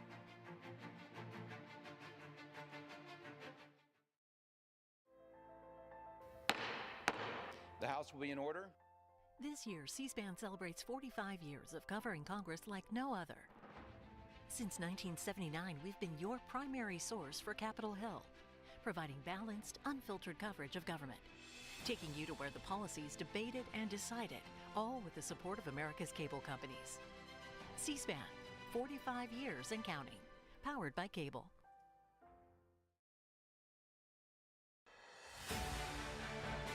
Friday nights, watch C-SPAN's 2024 Campaign Trail, a weekly roundup of C-SPAN's campaign coverage, providing a one-stop shop to discover what the candidates across the country are saying to voters, along with first-hand accounts from political reporters, updated poll numbers, fundraising data, and campaign ads. Watch C-SPAN's 2024 Campaign Trail, Friday nights at 7:30 p.m. Eastern on C-SPAN, online at cspan.org, or download as a podcast on C-SPAN Now, our free mobile app, or wherever you get your podcasts. C-SPAN, your unfiltered view of politics. Civil War. Watch historic C-SPAN. from Vladimir Putin to defend their sovereignty, their democracy, that it's in America's best interest to do so, arguing that if Putin wins, he may be emboldened to move even further into other countries. You have said you would solve this war in 24 hours. You said so just before the break tonight. How exactly would you do that? And I want to ask you a very simple question tonight. Do you want Ukraine to win this war? I want the war to stop. I want to save lives that are not being about uselessly, who's winning, it's people about being stopping the killed war, by right? the millions. It's the millions. There needs to be It's so much resolution. worse So ask than me. the numbers that you're getting, which are fake No, numbers. That's a true Look, question. A double-sided sword. we're in for 250 billion or more because they don't ask Europe, which is a much bigger beneficiary to Yep. getting this thing done than we are. And they're closer They're too. in for $150 billion less because Biden and you don't have the courage to ask Europe like I did with NATO. They paid billions and billions, hundreds of billions of dollars when I said, either you pay up or we're not going to protect you anymore. So what he's talking about, and so basically, each country in NATO has to attribute, I think it's like 2 or 4% of their GDP, and the majority of them aren't. And America picks up the slack for that. So that's pretty much what he's talking about. He's also talking about why is the U.S. the main country, right? That's supporting NATO, supporting um um um um um supporting Ukraine, right?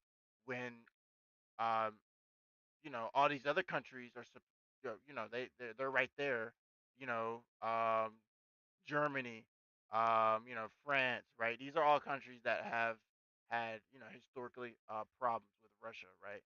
They're not doing anything, they're not, like, rather not. Let me not say they're not doing anything, but they're not doing as much as America is doing, and America is paying the price, right?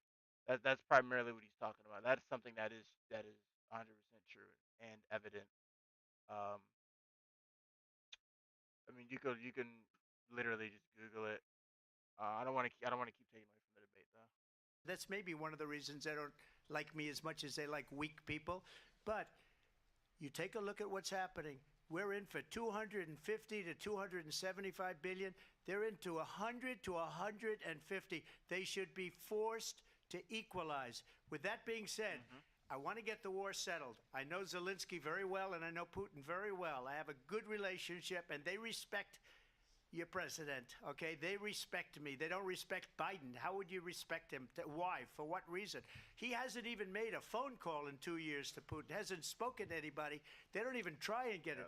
That is a war that's dying to be settled. I will get it settled before I even become president. If I win, when I'm president-elect, and what I'll do is I'll speak to one, I'll speak to the other, I'll get them together. That war would have never happened. And in fact, when I saw Putin after I left, unfortunately left because our country has gone to hell. But after I left, when I saw him building up soldiers, he did it after I left. I said, he must be negotiating. It must be a good, strong point of negotiation. Well, Right. it wasn't, because Biden had no idea how to talk to him. He had no idea how to stop it. And now you have millions of people dead, and it's only getting worse, and it could lead to World War III. Don't kid yourself, David.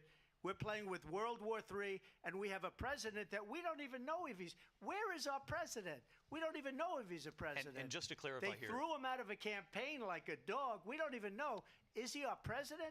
But we have a president, Mr. President, that doesn't know... So okay, and what he's talking about. So basically, it was kind of like a rumor, but it was true. It was like the DNC, like, forced Joe Biden out. And that was the real reason why he just, like, he's not running. And then it was like the policy letter or whatever came out, and it was still like, even though Joe Biden said he wasn't gonna be the president, it still referenced him. I think that's what he's talking about. know he's alive. Your time is up. Just to clarify in the question, do you believe it's in the U.S. best interest for Ukraine to win this war, yes or no? I think it's the U.S. best Or not interest to stepping get down, this but war not, finished and running. just get it done. All right. Negotiate a deal, because we have to stop all of these human lives from being destroyed. I want to take this to Vice President Harris. I want to get your thoughts on support for Ukraine in this moment, but also as Commander-in-Chief, if elected, how would you deal with Vladimir Putin, and would it be any different from what we're seeing from President Biden? Well, first of all, it's important to remind the former president you're not running against Joe Biden, you're running against me. Right, but I her believe the policies reason that are Donald Trump same says as that his, this so war it's- would be over within 24 hours is because he would just give it up. And that's not who we are. Okay, so right there, I'm assuming she's being like snarky, but even if so America's not in the war, so America stops sending everything, right? That's not going to just get. That's not how that's not how it works. Ukraine and Russia have to make are the two at war. They have to make the diplomatic agreement to be at peace to conclude the war. So that's really stupid to say that. Um, As Americans, let's understand what happened here. I actually met with Zelensky a few days before Russia invaded. okay, so she met with Zelensky. Kamala Harris met Zelensky.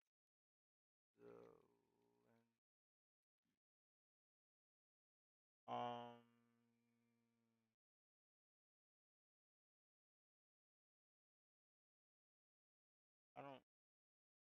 Okay, there's a video, but she's not there with him. Okay, it says they met in Munich, but there's no pictures. I don't see any pictures or anything. Oh wait, here it is. Wait, that's not. Okay, I want a video. Okay, not a picture. Okay, here it is. Okay, so that was in October. Oh, actually, I don't know. Well, I'm seeing a date, February 19th, 2022. So that's.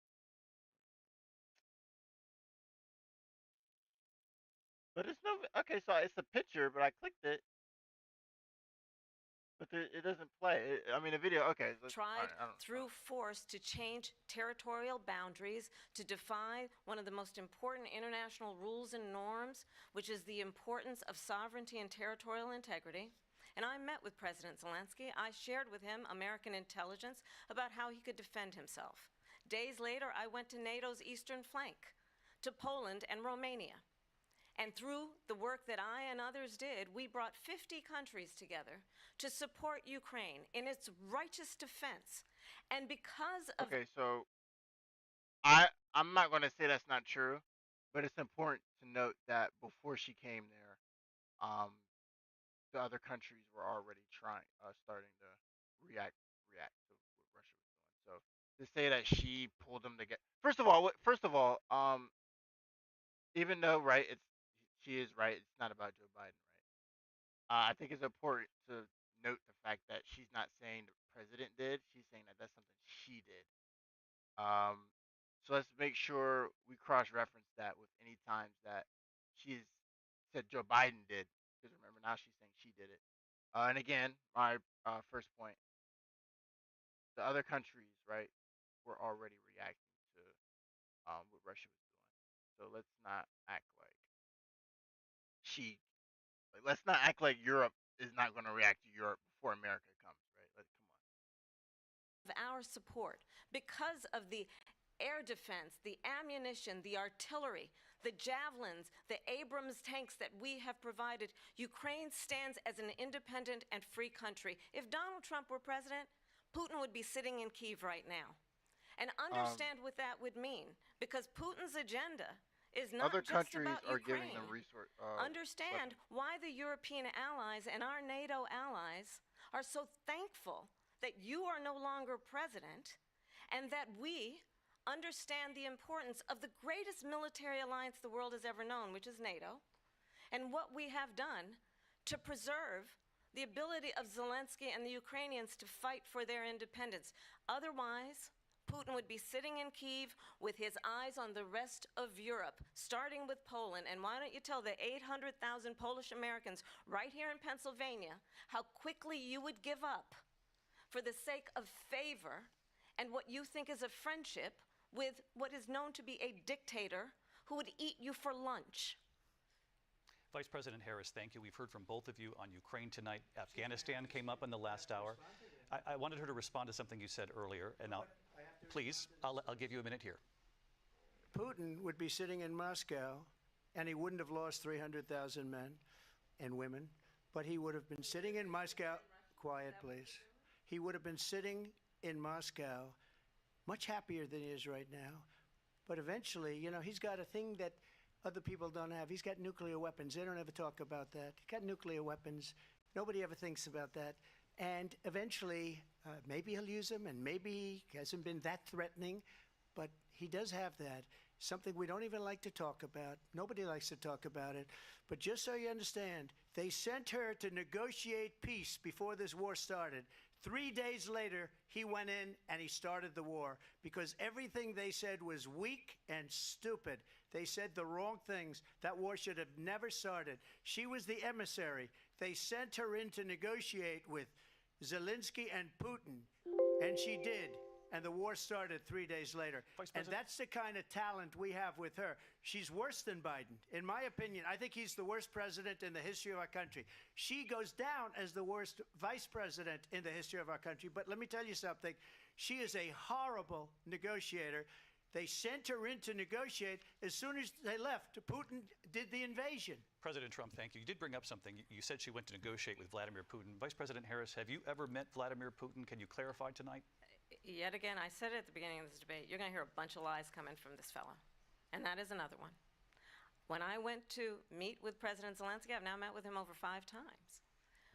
The reality is it has been about standing as America always should, as a leader upholding international rules and norms, as a leader who shows strength, understanding that the alliances we have around the world are dependent on our ability to look out for our friends and not favor our enemies because you adore strongmen instead of caring about democracy. And that is very much what is at stake here. The President of the United States is Commander-in-Chief. And the American people have a right to rely on a president who understands the significance of America's role and responsibility in terms of ensuring that there is stability and ensuring we stand up for our principles and not sell them for the benefit of personal flattery.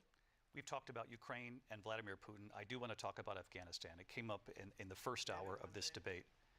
I want to move on to Afghanistan. Stoltenberg said Trump did the most amazing thing I've ever seen. He got these countries, the 28 countries at the time, to pay up. He said, I've never seen. He's the head of NATO. He said, I've never seen. For years, we were paying almost all of NATO. We were being ripped off by European nations, both on trade and on NATO. I got them to pay up by saying one of the statements you made before, if you don't pay, we're not going to protect you. Otherwise, we would have never gotten it. He said it was one of the most incredible jobs that he's ever seen done. Thank you. I want to turn to Afghanistan. It came up in the first hour of the debate, and we witnessed a poignant moment today on Capitol Hill, honoring the soldiers who died in the chaotic withdrawal from Afghanistan. I do want to ask the Vice President, do you believe you bear any responsibility in the way that withdrawal played out? Well, I will tell you, I agreed with President Biden's decision to pull out of Afghanistan. 4 presidents said they would, and Joe Biden did. And as a result, America's taxpayers are not paying the $300 million a day we were paying for that endless war. And as of today, there is not one member of the United States military who is in active duty in a combat zone in any war zone around the world, the first time this century. But let's understand how we got to where we are. Donald Trump, when he was president, negotiated one of the weakest deals you can imagine. He calls himself a deal maker. Even his national security advisor said it was a weak, terrible deal. And here's how it went down. He bypassed the Afghan government. He negotiated directly with a terrorist organization called the Taliban. The negotiation involved the Taliban getting 5,000 Taliban terrorists released, and get this, and the president at the time invited the Taliban to Camp David, a place of storied significance for us as Americans, a place where we honor the importance of American diplomacy, where we invite and receive respected world leaders. And this former president, as president, invited them to Camp David because he does not again appreciate the role and responsibility of the President of the United States to be commander-in-chief with a level of respect. And this gets back to the point of how he has consistently disparaged and demeaned members of our military, fallen soldiers, and the work that we must do to uphold the strength and the respect of the United States of America around the world. Vice President Harris, thank you. President Trump, your response to her saying that you began the negotiations with the Taliban. So if you take a look at that period of time, the Taliban was killing our soldiers, a lot of them, with snipers. And I got involved with the Taliban because the Taliban was doing the killing. That's the fighting force within Afghanistan. They don't bother doing that because, you know, they deal with the wrong people all the time. But I got involved. And Abdul is the head of the Taliban. He is still the head of the Taliban. And I told Abdul, don't do it anymore. You do it anymore, you're going to have problems. And he said, why do you send me a picture of my house? I said, you're going to have to figure that out, Abdul. And for 18 months, we had nobody killed. We did have an agreement negotiated by Mike Pompeo. It was a very good agreement. The reason it was good, we were getting out. We would have been out faster than them, but we wouldn't have lost the soldiers. We wouldn't have left many Americans behind, and we wouldn't have left $85 billion worth of brand new, beautiful military equipment behind. And just to finish, they blew it. The agreement said you have to do this, and they didn't do it.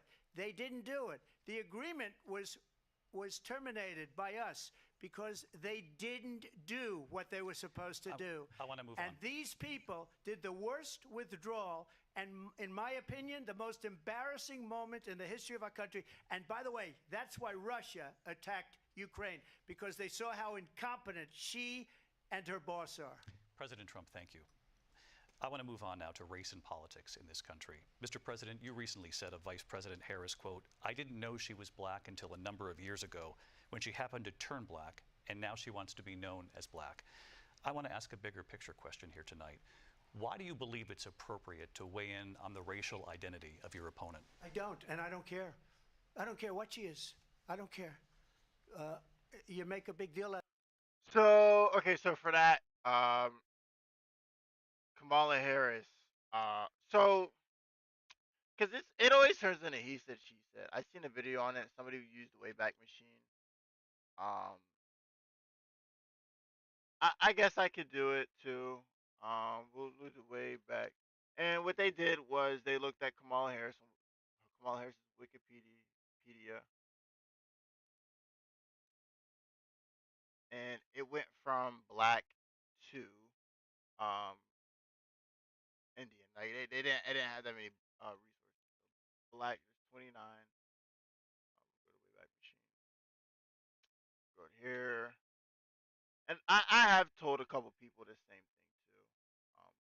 I was like, actually no, I haven't. What am I talking about? Black, and there's only 3. So as you can see now, she's black. This second black, first black scholar, historically black.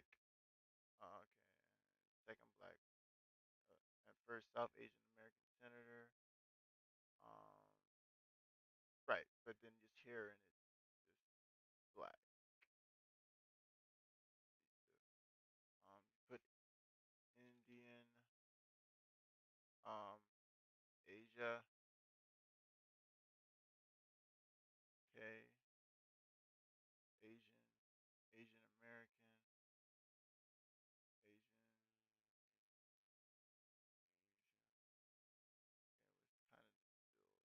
still not that many.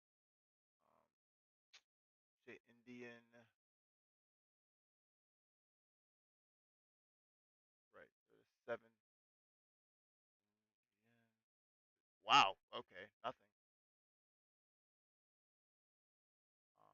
Let's go back here. Maybe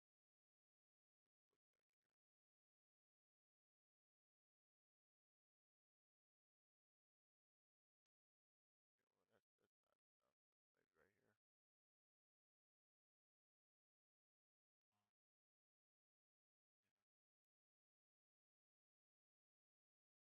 So as you can see, there's not that many things. I know Jamaican. So really nothing. The real problem is that um, you can be whatever race you want, right?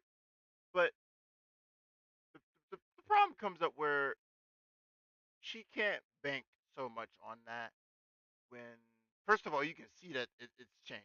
It's clearly been more things about her being black have been added. That's clear. We just looked at that right now.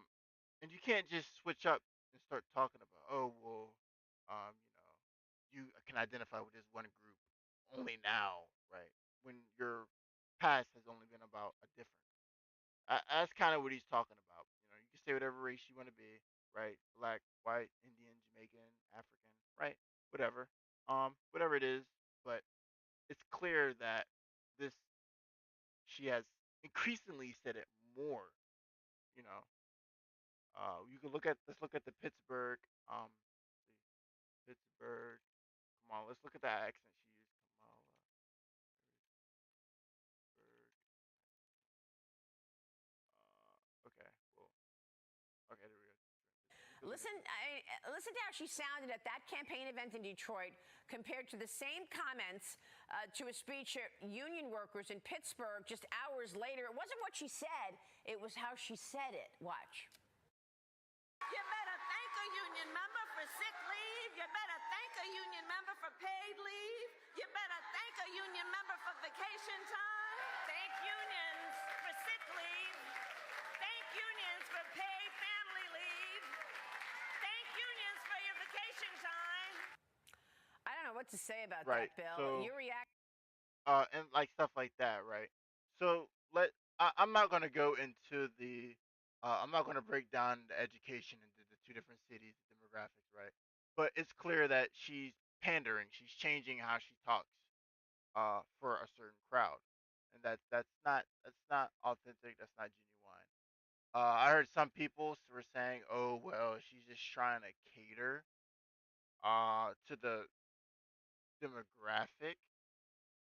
I could understand that if she was speaking a different language or something, but she's like literally talking.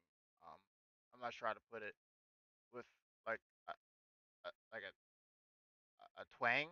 Like it's clear what that is, guys. Like I'm not gonna spell it out, but it's clear that it's not it's an accent that she doesn't have, that she specifically put on at a specific time.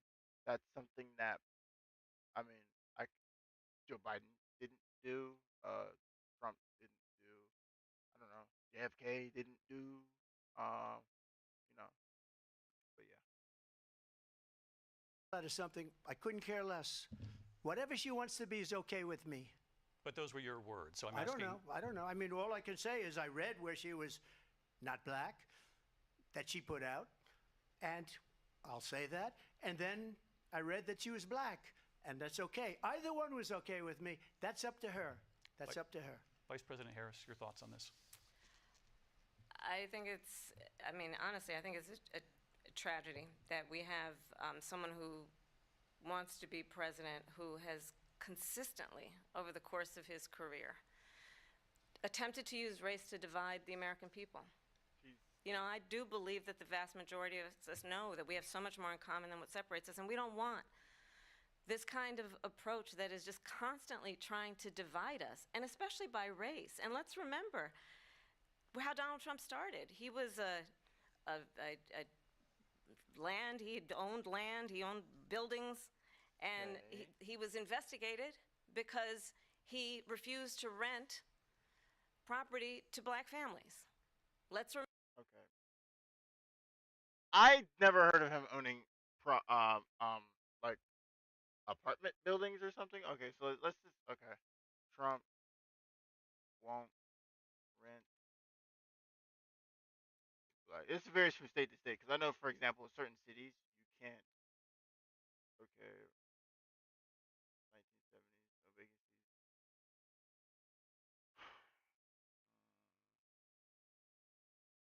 Okay, so wait a minute. But how could they? Wouldn't this be personal information if it's about a specific?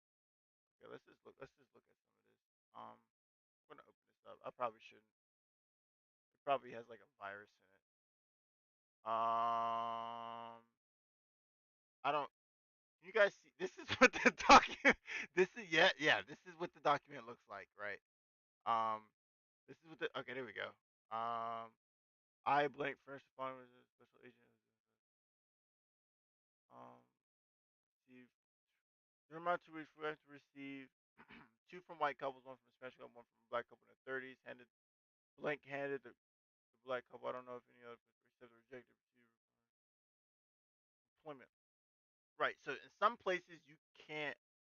I think like Philly, you can't um deny somebody based off of like a credit check, whatever. But if the credit check came back um bad, right? Then he would have that right in some states. Again, I don't know where this took place, right? We'll get to that eventually. Credit check acceptable as tenants based on low checks. However, Blank just told me that they're blacks, and that's that. I believe that Blank and others working in the rental office use a code on top of the front page on the good. I know letter number. Okay, so well, so obviously, right? This is saying that there's some type of code. My thing would be you would get both applications, right? You compare the white, the Latino, and the black. You obviously the names are gonna be different, right? This is what 1970, so that they're not gonna have like they're not gonna be. I don't know. I don't think they're gonna be typing it out on Microsoft Word, right? So you look. I mean, come on, basic detective stuff, right? So let's look at this. Enclosed two copies from management company. 72. Um,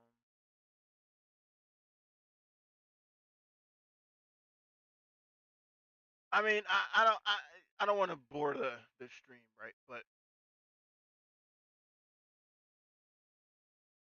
yeah, okay. So, and welfare is another thing. I think I don't know. I don't think welfare wasn't like new, but um, that's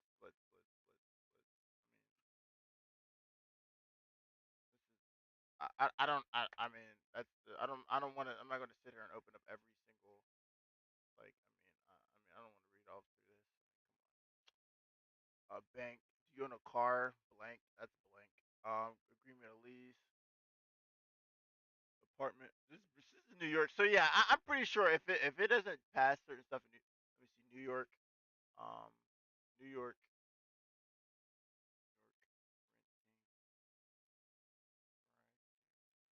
Obviously, it's gonna be different from 72, but um. Oh boy.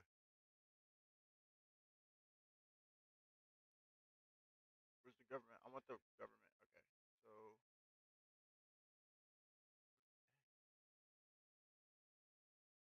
So it's gonna be different, but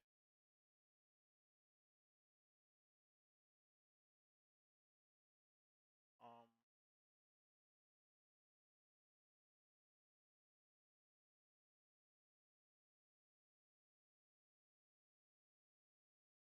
Wait, what? They have to paint it? What do you mean? Why can't they paint their own walls? I don't get it. They don't like the color.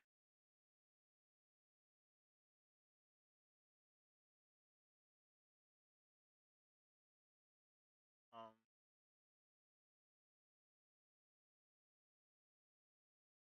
Okay. So I'm not. I was not. I gotta make a time machine, and I gotta travel back to 72, and I gotta read it, because I don't think I'm gonna be able to. Yeah. But generally speaking, um, he is able to decline, and welfare is something that a lot of people don't like to rent out to, um, for anybody because of the stereotypes, like they're not taking care of it. I mean, again, I'm not going to get into all of that, right? But that's he would legally be within the right, regardless of who they are. Remember, this is the same individual who took out a full-page ad in the New York Times calling for the execution of 5 young Black and Latino boys who were innocent, the Central Park 5. Took out a full-page ad calling for their execution. This is the same individual who spread birther lies about the first Black president of the United States. And I think Hold on. Birther lies.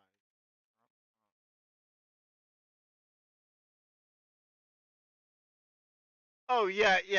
So that wasn't okay. So I don't know why they. So the thing with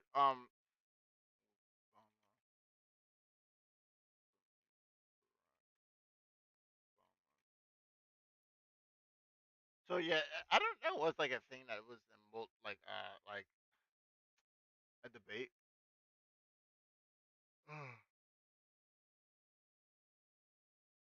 No, that's not. So yeah, that was a debate on where he was at. Again, so stuff like that. If he has an opinion, if he doesn't believe that he's from there, then he has that right, right? You can't crucify him on that right. So Trump.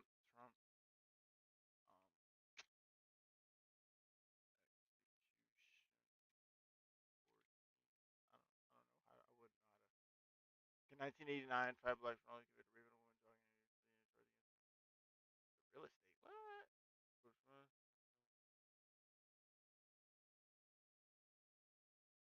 You better believe that I hate the people that took this girl and raped her brutally. You better believe it.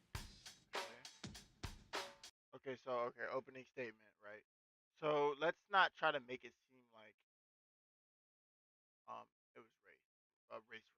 Okay, 3 decades before.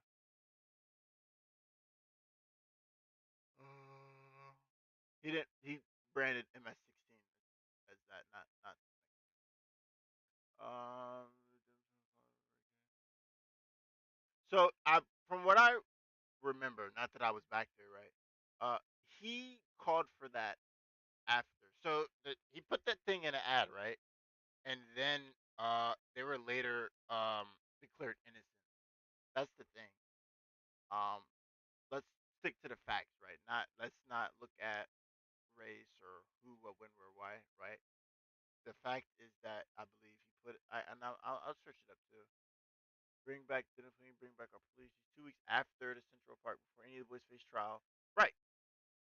So before the trial, he did that. So he had his own opinion on what happened. If maybe we're able to look at this, what happened to our city over the past years. Right.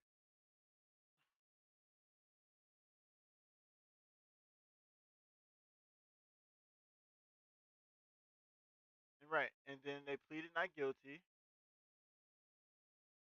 and we came there was no DNA evidence linking them to the crime.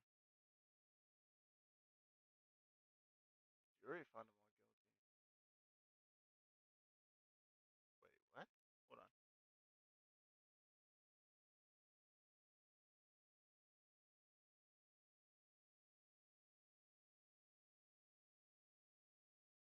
From 5 to 10.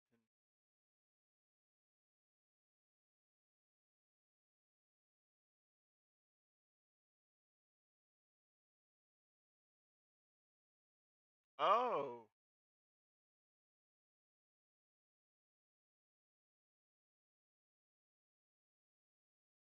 So okay, so for this, it's possible that he could have persuaded the jury, right? But what I will say is that um, that might have been a mis um, a miscarriage of justice, because if that again, I don't know what year did this happen? What year?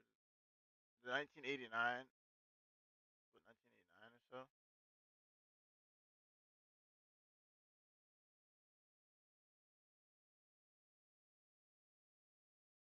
Yeah, so I don't know what the forensics was like back there, but I do know that stuff like that, if it's in question, that they go to a jury.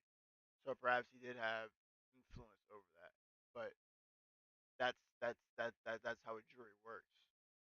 It's not right, you know. I mean, if it's, you know,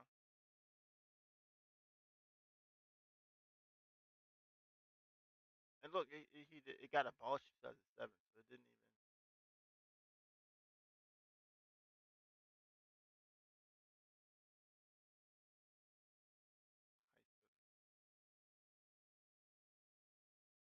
I mean,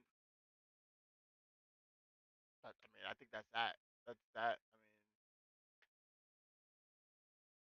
I mean, The American people want better than that, want better than this, want someone who understands as I do. I travel our country. We see in each other a friend. We see in each other a neighbor. We don't want a leader who is constantly trying to have Americans point their fingers at each other.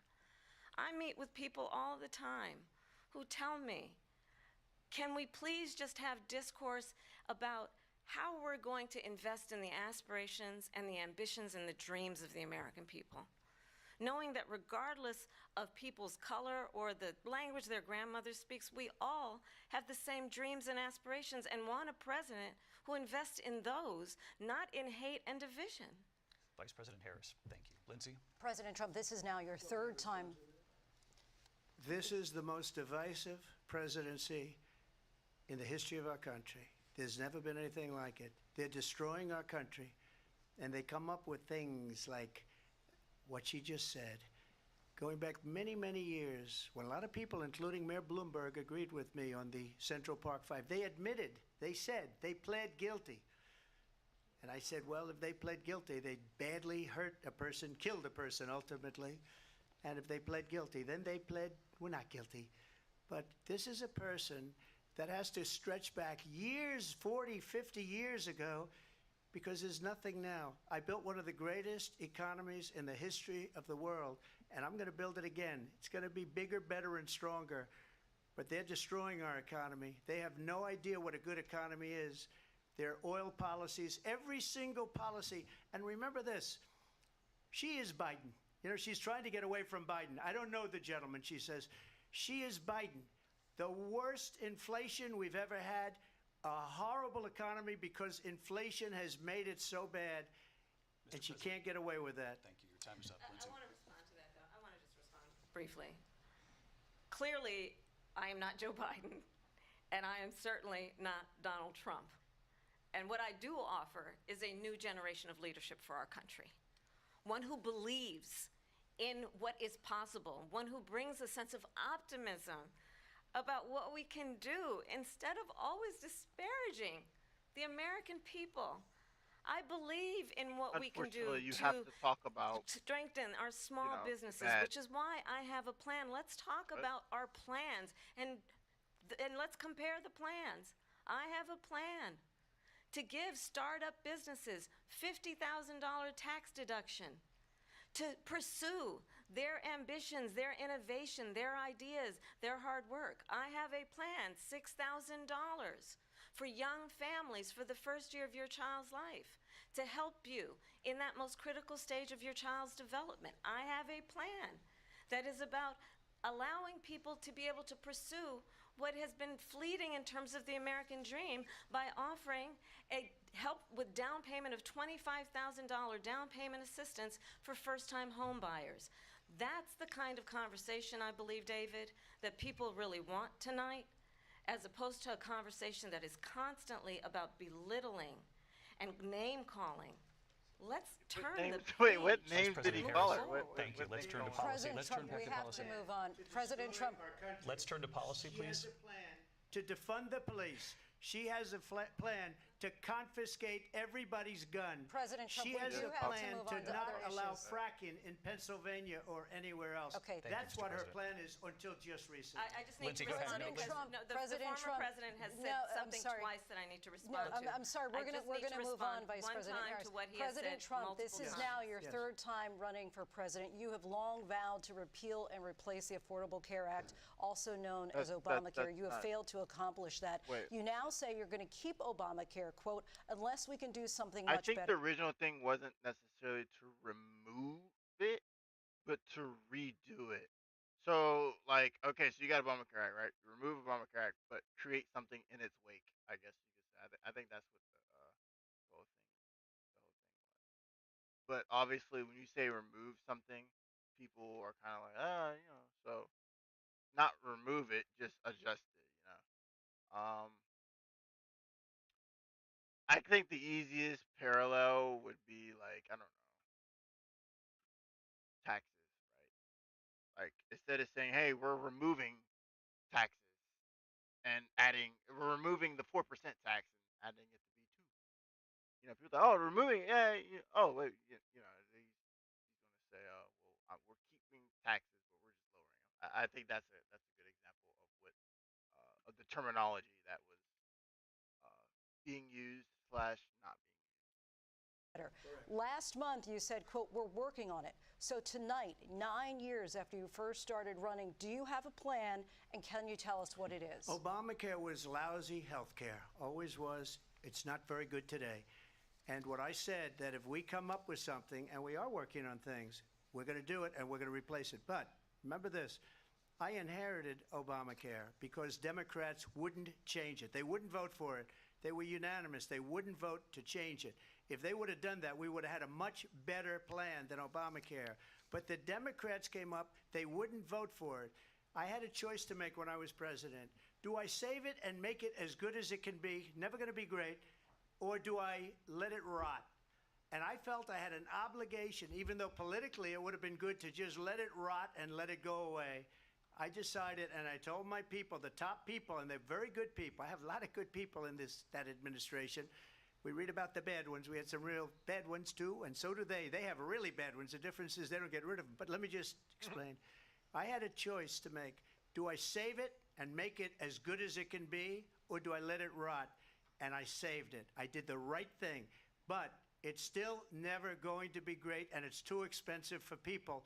And what we will do is we're looking at different plans. If we can come up with a plan that's going to cost our people, our population, less money and be better health care than Obamacare, then I would absolutely do it. But until then, I'd run it as good as it can be run. So just a yes or no, you still do not have a plan? I have concepts of a plan.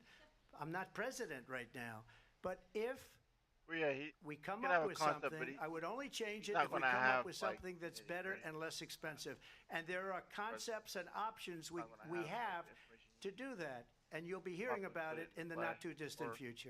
Vice President Harris, in 2017, you supported Bernie Sanders' proposal to do away with private insurance and create a government-run healthcare system. 2 years later, you proposed a plan that included a private insurance option. What is your plan today? Well, first of all, I absolutely support, and over the last 4 years as vice president, private healthcare options. But what we need to do is maintain and grow the Affordable Care Act. But I'll get to that, Lindsay. I just need to respond to a previous point that the former president has made. I've made very clear my position on fracking. And then this business about taking everyone's guns away.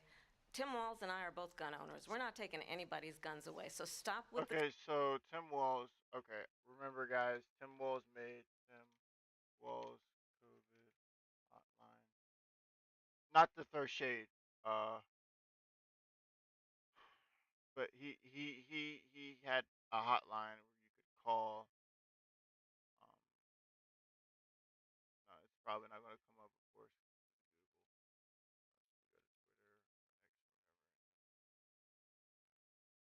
So yeah, so COVID, someone's outside. It's like you just can't find it online. I don't feel like going on DuckDuckGo, that Google bot or whatever. If you Google it and stuff comes up for a reason, right? So I can't even because on Twitter. Um. Okay. So yeah. And okay. So that's not like a good source, right? Okay. So.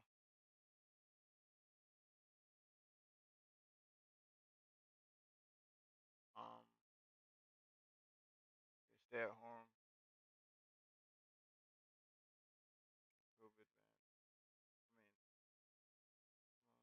mean, COVID lockdown order.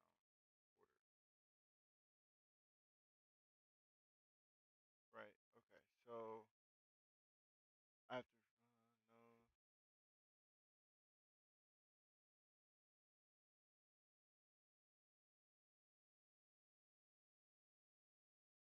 So okay. So they're saying with Look at this. They just keep coming. Go inside! Get inside! Get inside!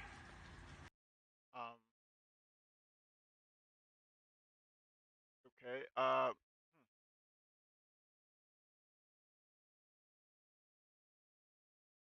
So it's just only really annoying these searches. Oh well, because you Google it, right?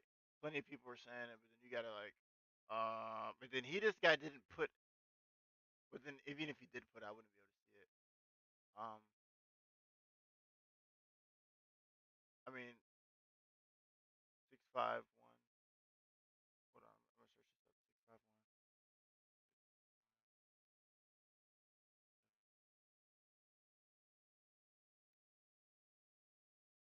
It might come up. It might not. It might. Yep. Okay, we're not gonna take those. Okay, wait, hold on. Of course, I like. I gotta do this. Gotta do that. Yep. If we see people. Okay, so. Okay, so it's right here. Okay, so it's clear that that's real.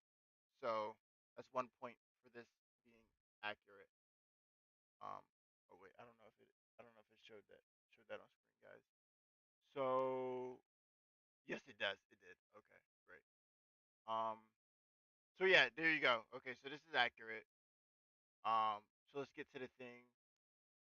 I don't know if they. Let me see, Tim. Well, they have. I don't know if they have firearms or not, but what I do know is that they've talked about.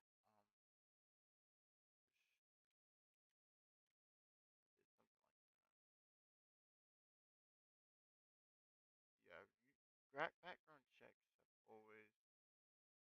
So who's this from? Okay, so this is Tim Walsh. What he's saying. So requires a background for private. Wait, a background check is not required for private immediate family members. Hold on, guys.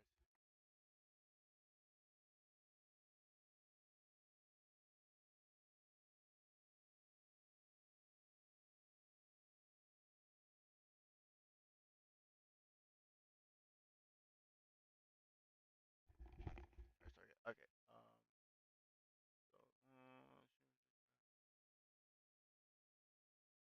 Okay. That's already been like a thing. He didn't need to do that. That's adding extra words to some narratives. Limiting no knock.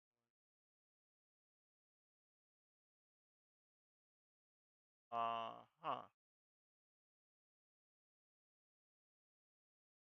What?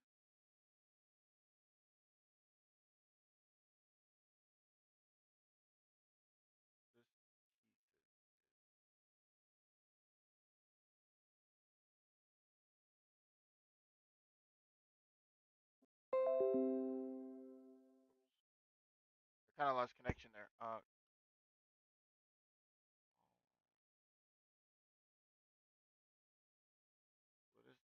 that's 2 hours ago, right? So let's look at let's look in the past. So let's say past year. It's not. It's not showing the past year. Sorry.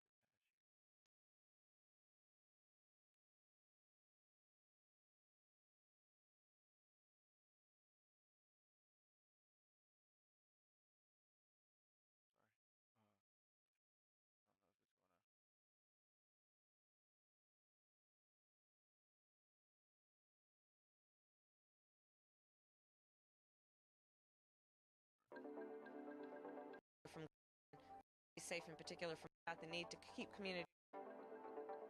Look at this.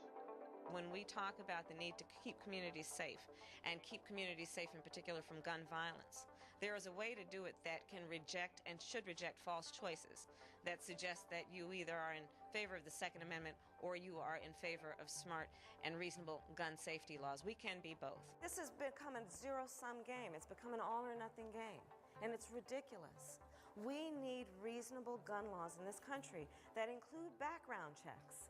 The Department of Justice under my leadership has taken almost 10,000 guns out of the hands of people who were legally prohibited from having them. When you see the effect of this extreme violence on a human body, and especially the body of a child, maybe it will shock some people into understanding this cannot be a political issue. We have to be practical. It's simply about saying we need reasonable gun safety laws. There is no reason why we have assault weapons on the streets of a civil society. They are weapons of war. They are designed to kill a lot of people quickly. Now, we have made some progress. For the first time in 30 years, our President, Joe Biden, signed a federal gun safety bill. And it strengthens background checks, and it closes what we call the boyfriend loophole, and it includes funding for mental health services and school security. Right, so as a future educator, I'm really bothered that public schools are being targets for mass shootings. 2 days ago was the 20th anniversary of the Columbine massacre, but still 2 decades later, no major gun control legislation has been passed. There are plenty of students here who, while you were in high school, even middle school, that you had to participate in a drill, right? Where you were convened and your teachers taught you about how you need to go and run in a closet because there may be a mass shooter roaming the hallways of your school. And in our America, that should never have to happen. Conversations take place every night. Conversations take place every night between students and their parents. Why do these things? Fugitives from justice should not be able to purchase a handgun or any kind of weapon. So that's what I do. Would this be your first executive action as president? So right, so it's clear she's talking about banning, right? Let's not banning. Like, okay, so let's not act like she has ever talked about imposing on the Second Amendment. Right. See. Right.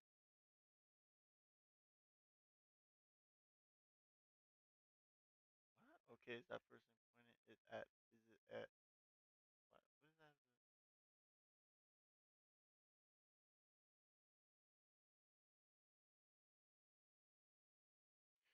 The only thing that I would agree, so universal, I think that, but the problem with creating universal background checks, right, is that violates each state's right because each state has their own thing of it, right? So the problem with this is it's good, but the states, each state has its own way of doing it. So that would mean that you'd have to do it for both the federal and the state, which would make things more difficult. That starts to infringe on the Second Amendment, right? There's different ways to stop someone from doing something, and making it harder or take longer to do it is one of those things. So yeah, it's clear she has talked. Continuous lying about this stuff. As it relates to the Affordable Care Act, understand, just look at the history to know where people stand. When Donald Trump was president, 60 times he tried to get rid of the Affordable Care Act. 60 times. I was a senator at the time when I will never forget the early morning hours when it was up for a vote in the United States Senate. And the late, great John McCain, who you have disparaged as being, you don't like him, you said, at the time because he got caught. He was an American hero. The late, great John McCain, I will never forget that night, walked onto the Senate floor and said, no, you don't. No, you don't. No, you don't get rid of the Affordable Care Act. You have no plan. And what the Affordable Care Act has done is eliminate the ability of insurance companies to deny people with pre-existing conditions. I don't have to tell the people watching tonight, you remember what that was like? Remember when an insurance company could deny if a child had asthma, if someone was a breast cancer survivor, if a grandparent had diabetes.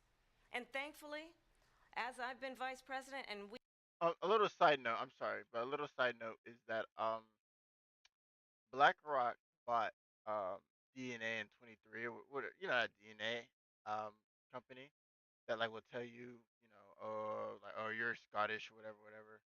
Um, and coincidentally, your genetics will tell you if you're predisposed to something. And many of you guys probably know where this is going. So if BlackRock that owns stock in insurance companies bought a company that people send their DNA to, and your DNA tells you what you're, predisposed to get, it would make you wonder, uh, what's are they gonna start like checking, well, if you have this, then your rates are gonna be like this. It makes you wonder. But that's a little side note. we, over the last 4 years, have strengthened the Affordable Care Act. We have allowed, for the first time, Medicare to negotiate drug prices on behalf of you, the American people. Donald Trump said he was going to allow Medicare to negotiate drug prices. He never did. We did. And now we have capped the cost of insulin at $35 a month. Since I've been vice president, we have capped the cost of prescription medication for seniors at $2,000 a year. And when I am president, we will do that for all people, understanding that the value I bring to this is that access to health care should be a right and not just a privilege of those who can afford it. And the plan has to be to strengthen the Affordable Care Act, not get rid of it, Vice pass this President prologue Harris, in terms of where Donald Trump stands on that. I want to move to an issue that's important for a She lot made a mistake.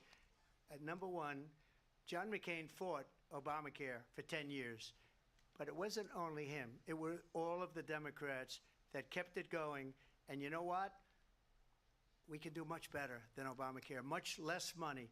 But she won't improve private insurance for people, private medical insurance.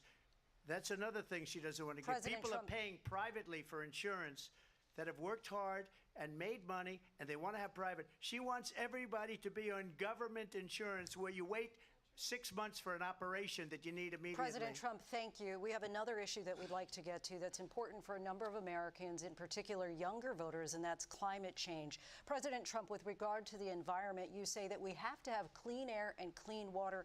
Vice President Harris, you call climate change an existential threat.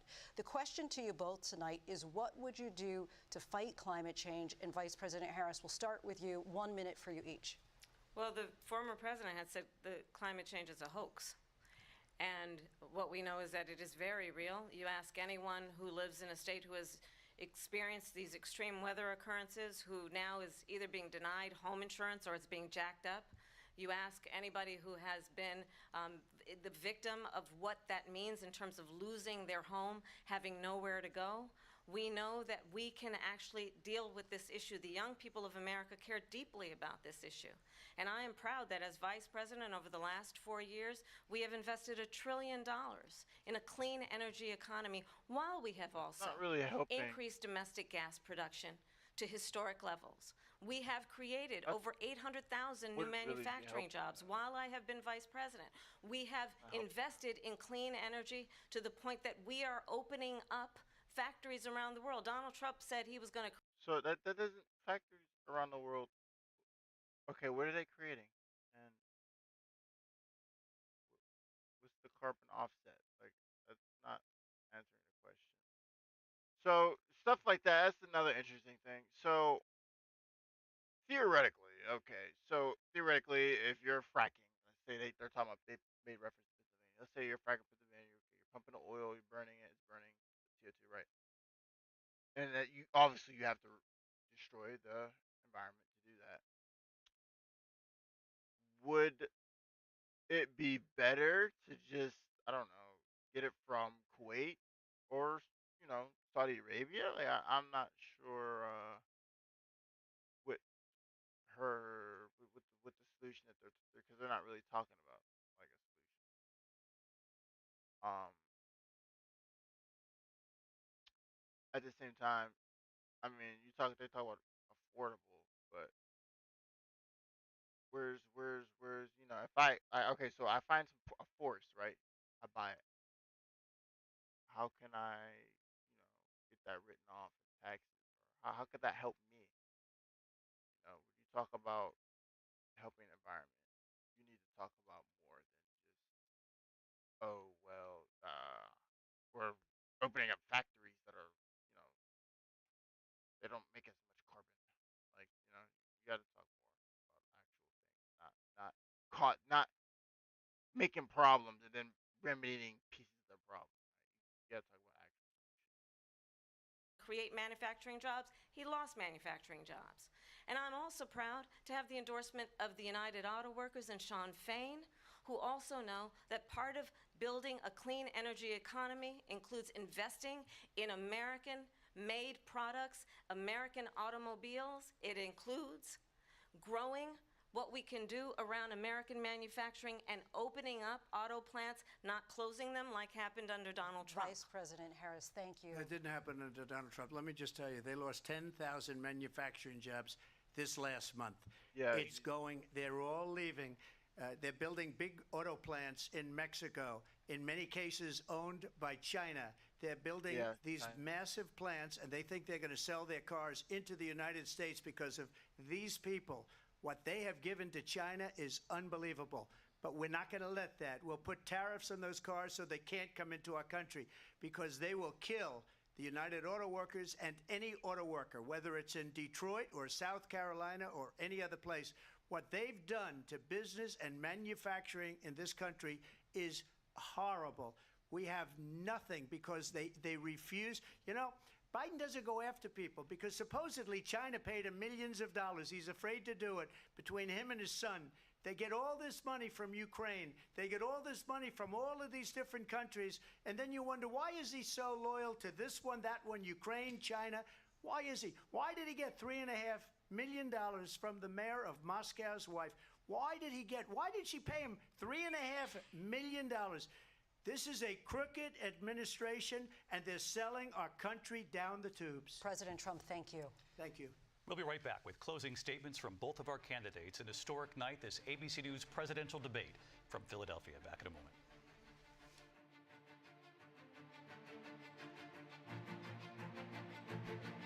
The ABC News presidential debate will continue after this.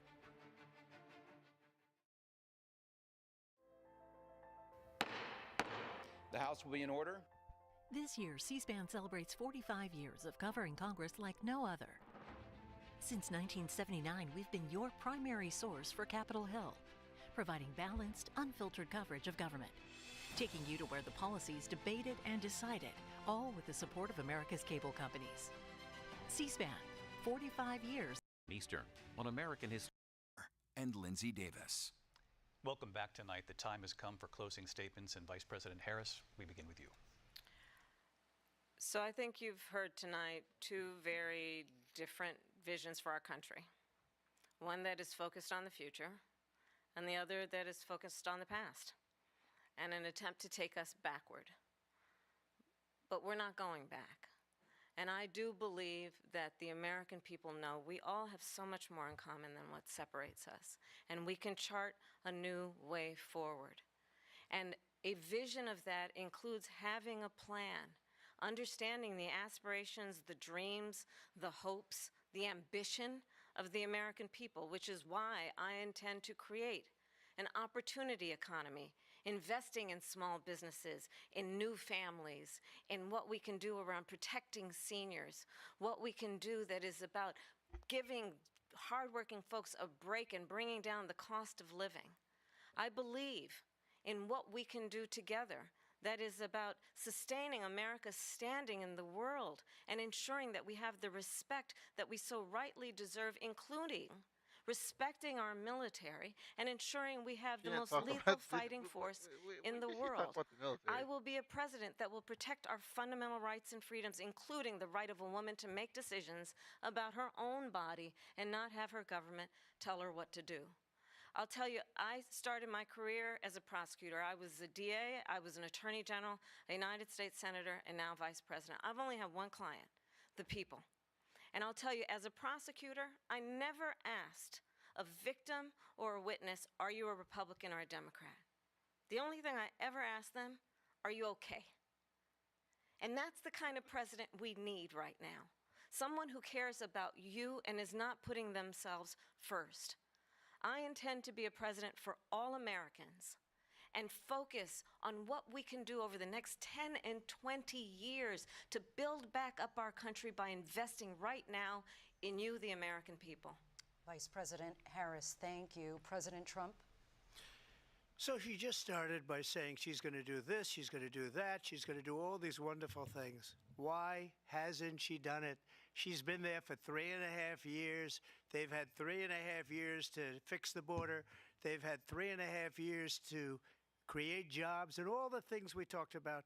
Why hasn't she done it?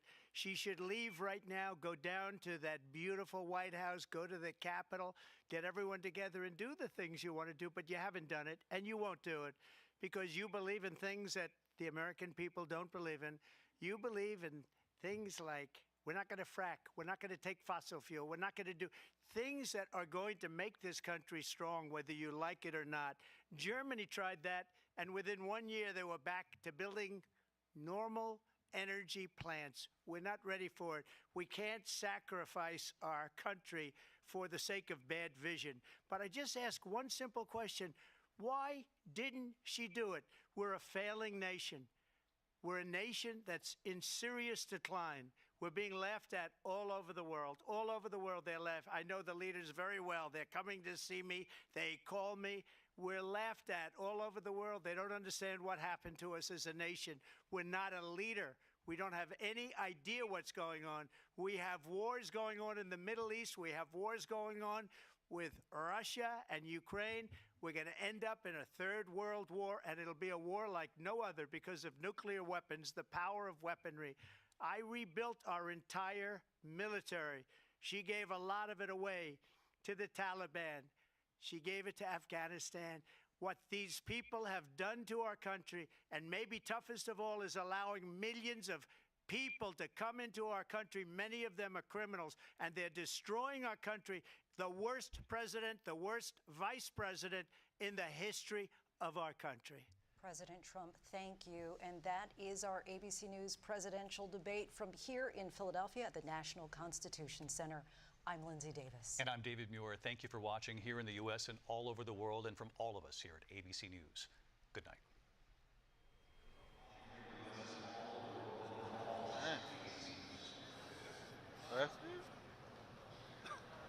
And that concludes the ABC presidential debate. C-SPAN's coverage of it continues here tonight with viewer reaction and reaction on the ground from the candidates' supporters. You can see reporters swarming there in the spin room. Let's go down into the spin room at the Philadelphia Convention Center and listen in. She's moving in the right direction, showing up in the right parts of our state in order to make the case. Why they cut it off? Oh, yep, but that's it. Susan Wild aboga por nosotros. Luchó contra el aumento de precios por... Yeah, I mean,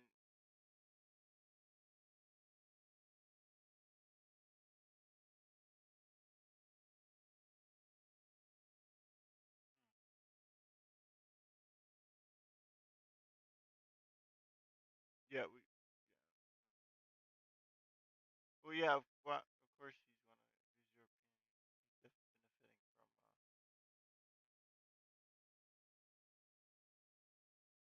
They did call him former president. When did she walk up? They were standing. Oh wait, I don't know when.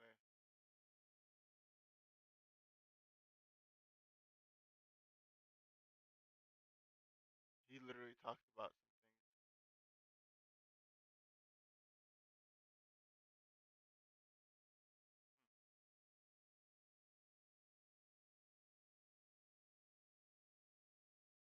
por parte de las corporaciones y trabajó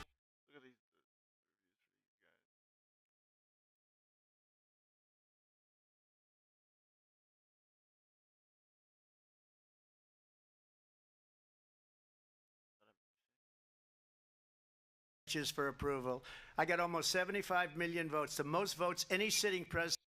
And I'm David Muir. Thank you for watching here in the U.S. We're a failing nation. We're a nation. Oh, they disabled comments. But I mean, that's it, guys. I mean,